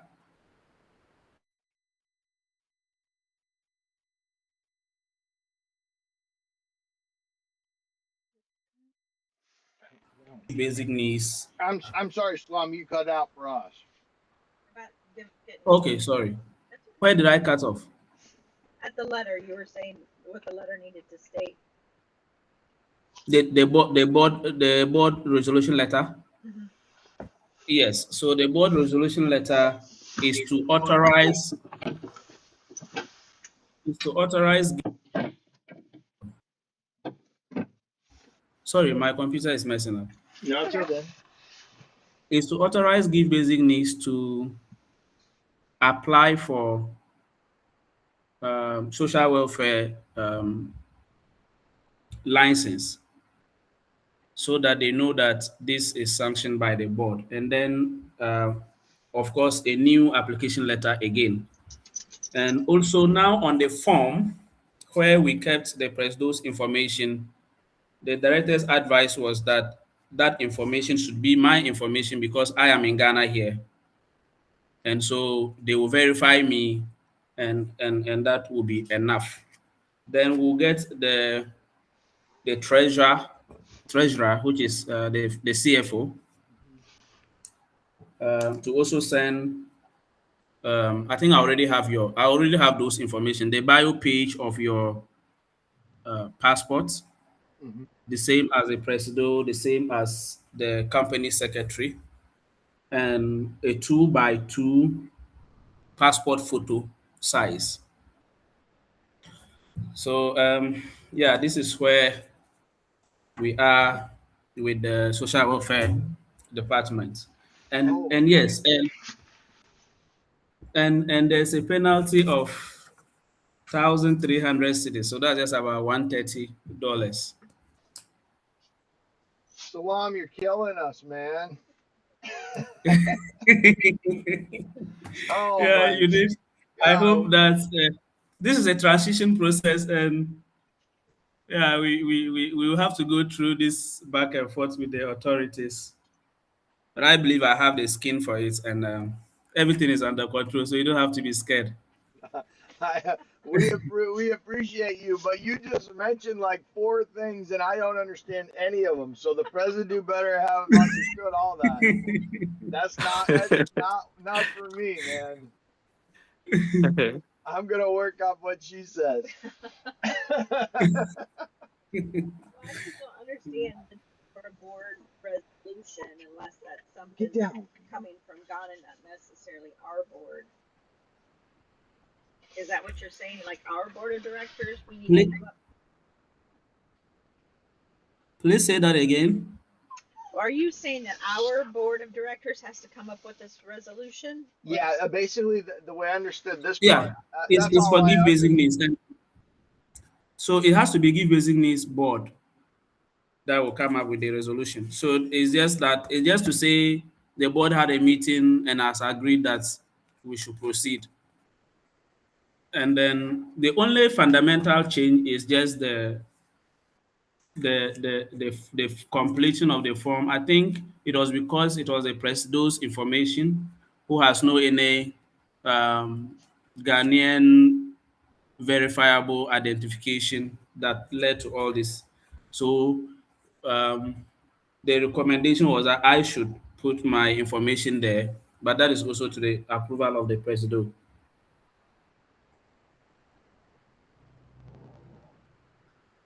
It's all you, baby.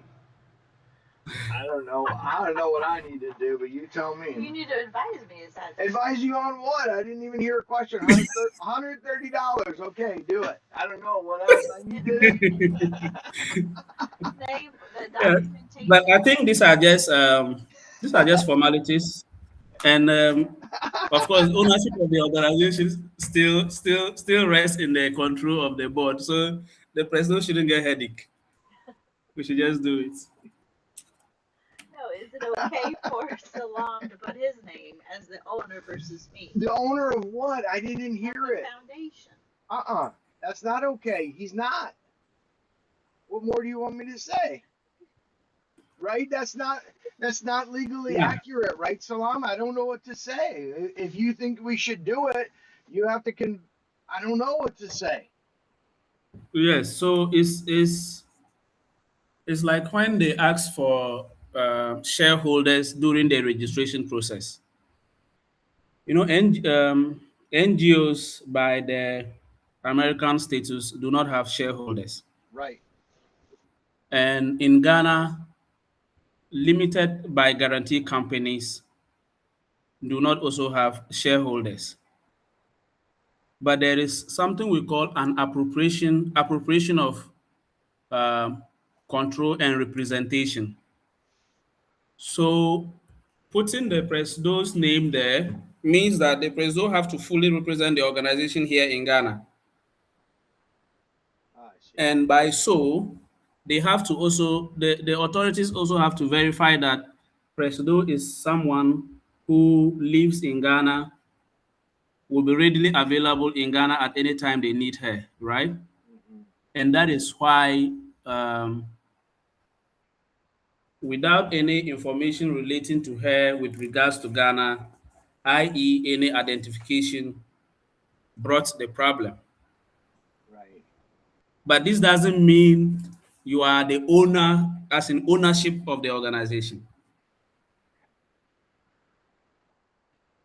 But you are the go-to if the authorities need to go to someone. And I think I had so yesterday I went through the power of attorney that the president signed for me, Yeah. and yeah, that gave me the same power to act as her representative, if that's the right word to use, Yeah. to the registrar general. So I am thinking once they've asked that I provide this information, from my standpoint, what I was going to ask of the presido from my standpoint is to give me a power of attorney to do that, so that I know I am acting. And in the future, if the presido decide that maybe for some reasons you want to come and live in Ghana and work fully for give basic needs, and do all of that, then the power of attorney can be withdrawn. And by then, she would have had all the necessary residential, whatever ID cards as a Ghanaian or in Ghana to fully represent the organization that way. Okay, so Salam is what we need. I think is what. So what we'll do is we'll need to run all this probably by our legal team here in the U.S. And so, if including the letters, the power of attorneys, all this stuff. And so, is what I'm Yeah. thinking is that you should list the individual items in an email that you need.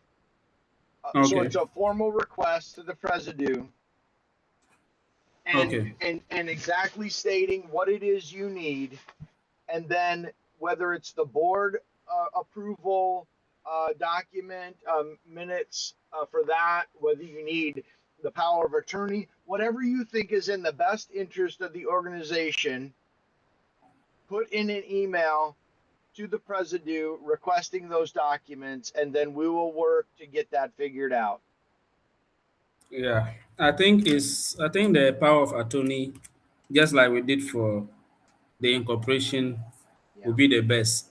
Yeah. I was just telling Ben that I tried to beat the law, and that is why, because I thought that because it was already incorporated, there was no need to ask for power of attorney again.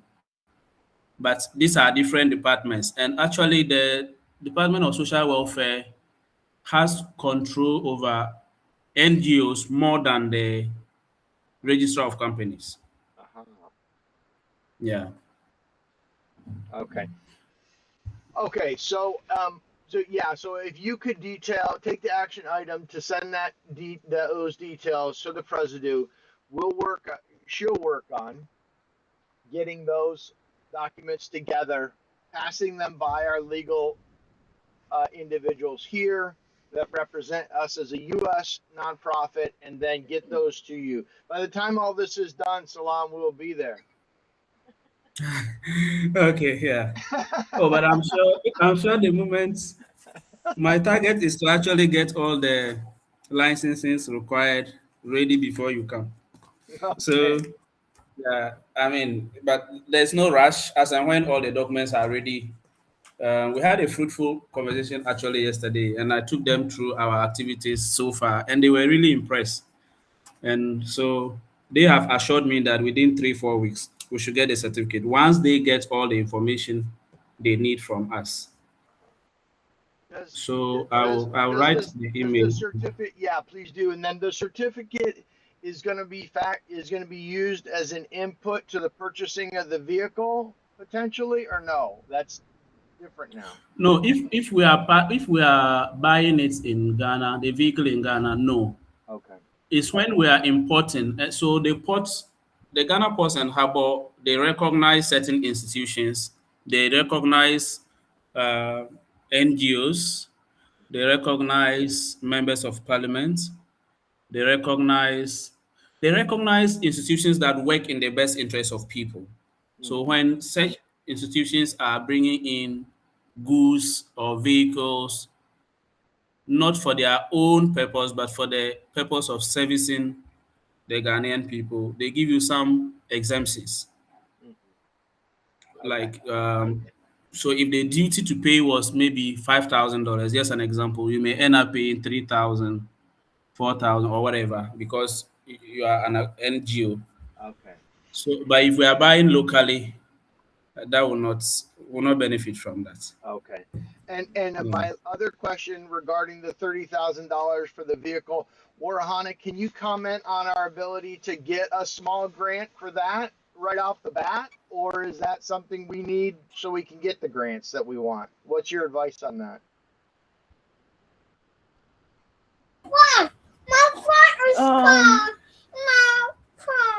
Getting a grant that will be directed towards a pickup, that will be very difficult, to be honest. Yeah, and right off the bat, I really can't tell. Okay.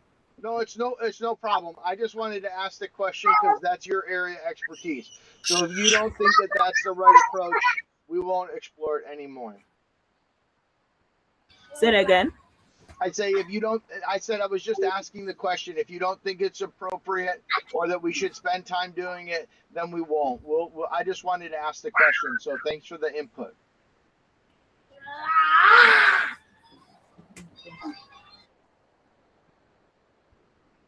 Okay, great. Okay, well, we're going on 2.5 hours. So should we get back to the agenda and kind of go over the agenda a bit? Is everybody okay with moving on? Oy. Or do we need to take a break and come back tomorrow at the same time? I don't know. What does everyone want to do? If you want to continue, give a thumbs up. If you want to disband for today because we had a lot of information, give it a thumbs down.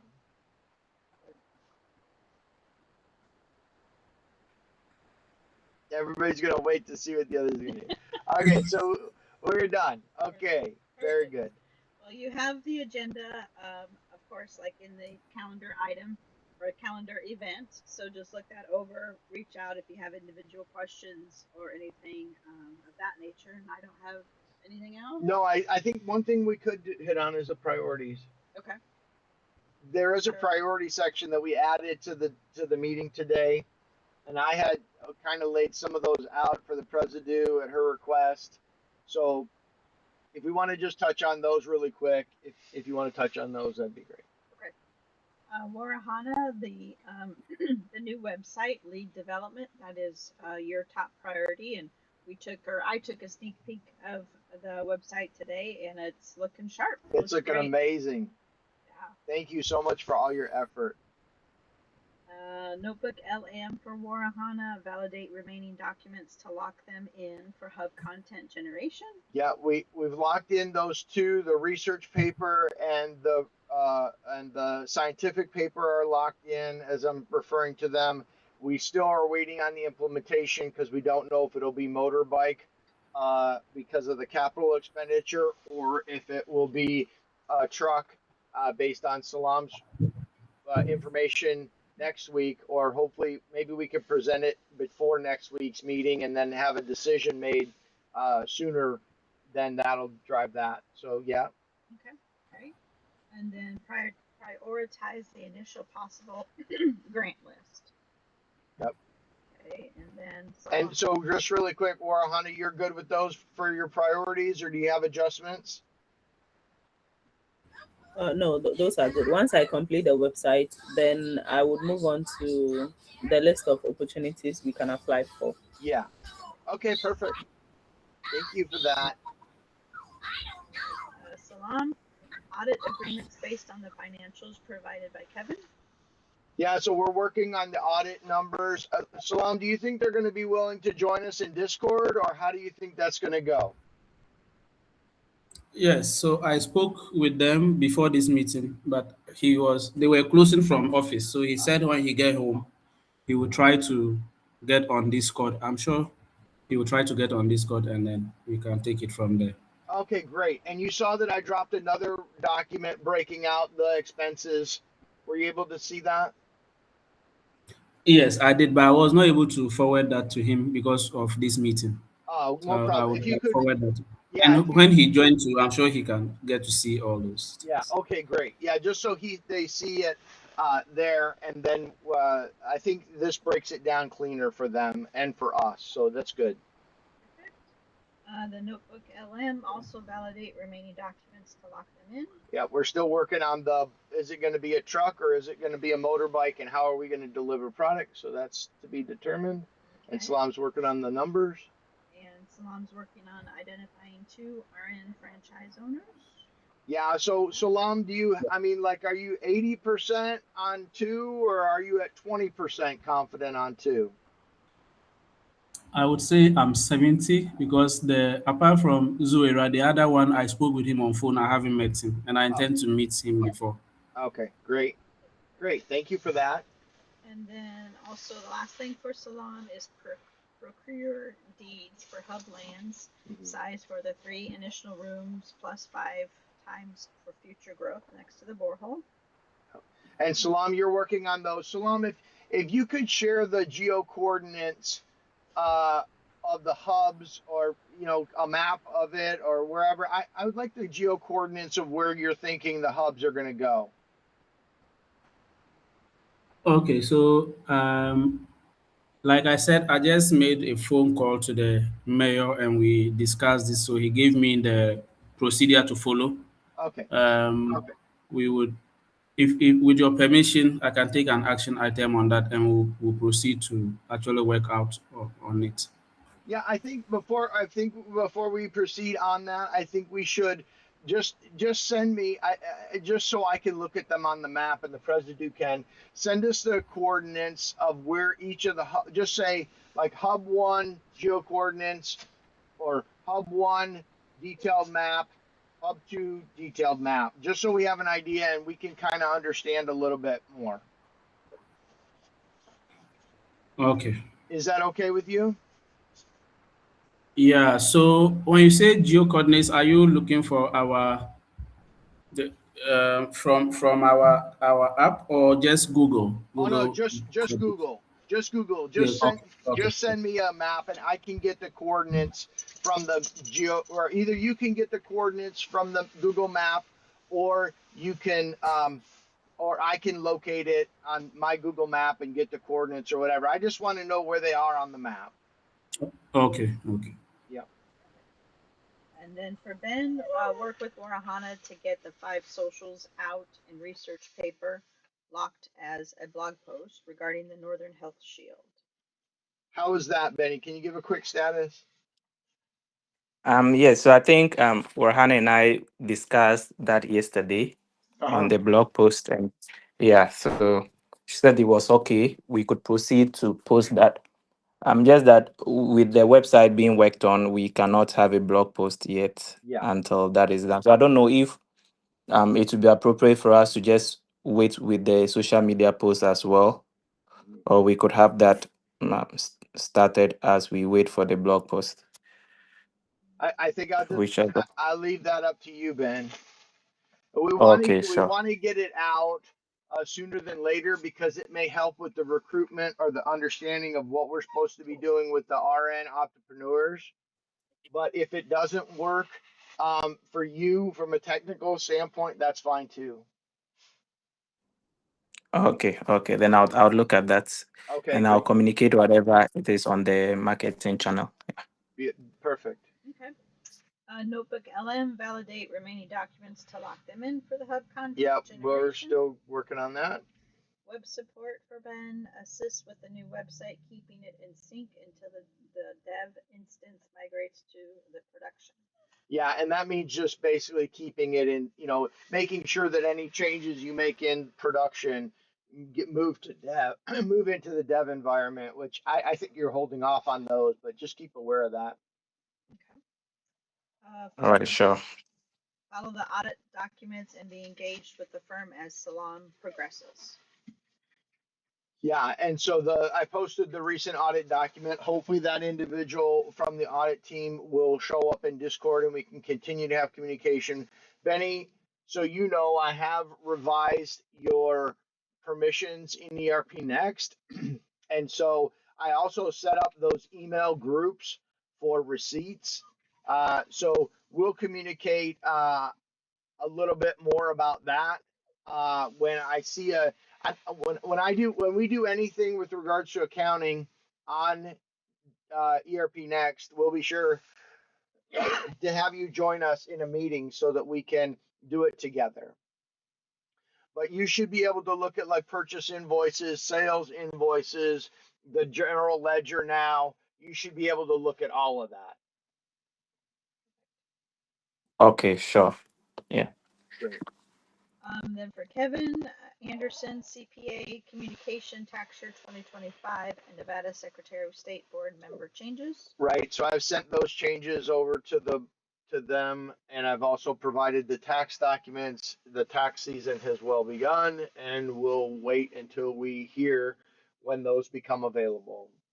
I don't expect it anytime. It could be May, it'll be after May probably, but in any case, it is what it is. We're just got the information out there, and I'm working with them. Perfect. Then you also will notebook LM validate the remaining documents. Yeah, and I'm waiting on Salam and the motorcycle truck process. Investing, portfolio management for active investing.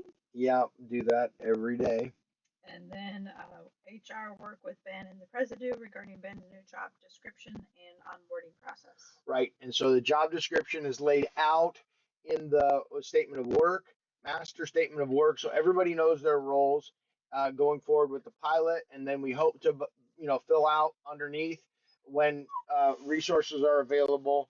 And Benny, I'll be getting you a new contract. Well, the president will be getting you a new contract because yours has the most drastic changes because it incorporates finances which aren't part of your current job description. So we'll get that to you probably in the coming days. Perfect. All right, that's it. Do you have anything else? Yeah, I don't have anything else. That's a lot, but it was a good meeting. Yes. Great meeting. Warihana, do you have anything else? No, that's all from me. Thank you. Okay, Very great. good. How about you, Benny? No, I don't have anything else. Okay. Right. Salam, how about you? No, I don't have anything else. All Okay. right, very good. Well, thank you guys so much for Thank your you time. We all. appreciate each and every one of you and your dedication and your love and support to the foundation. So thank you so much. All right. Thank you you. too. Thank you. Have a good evening. Bye-bye. Okay. Bye.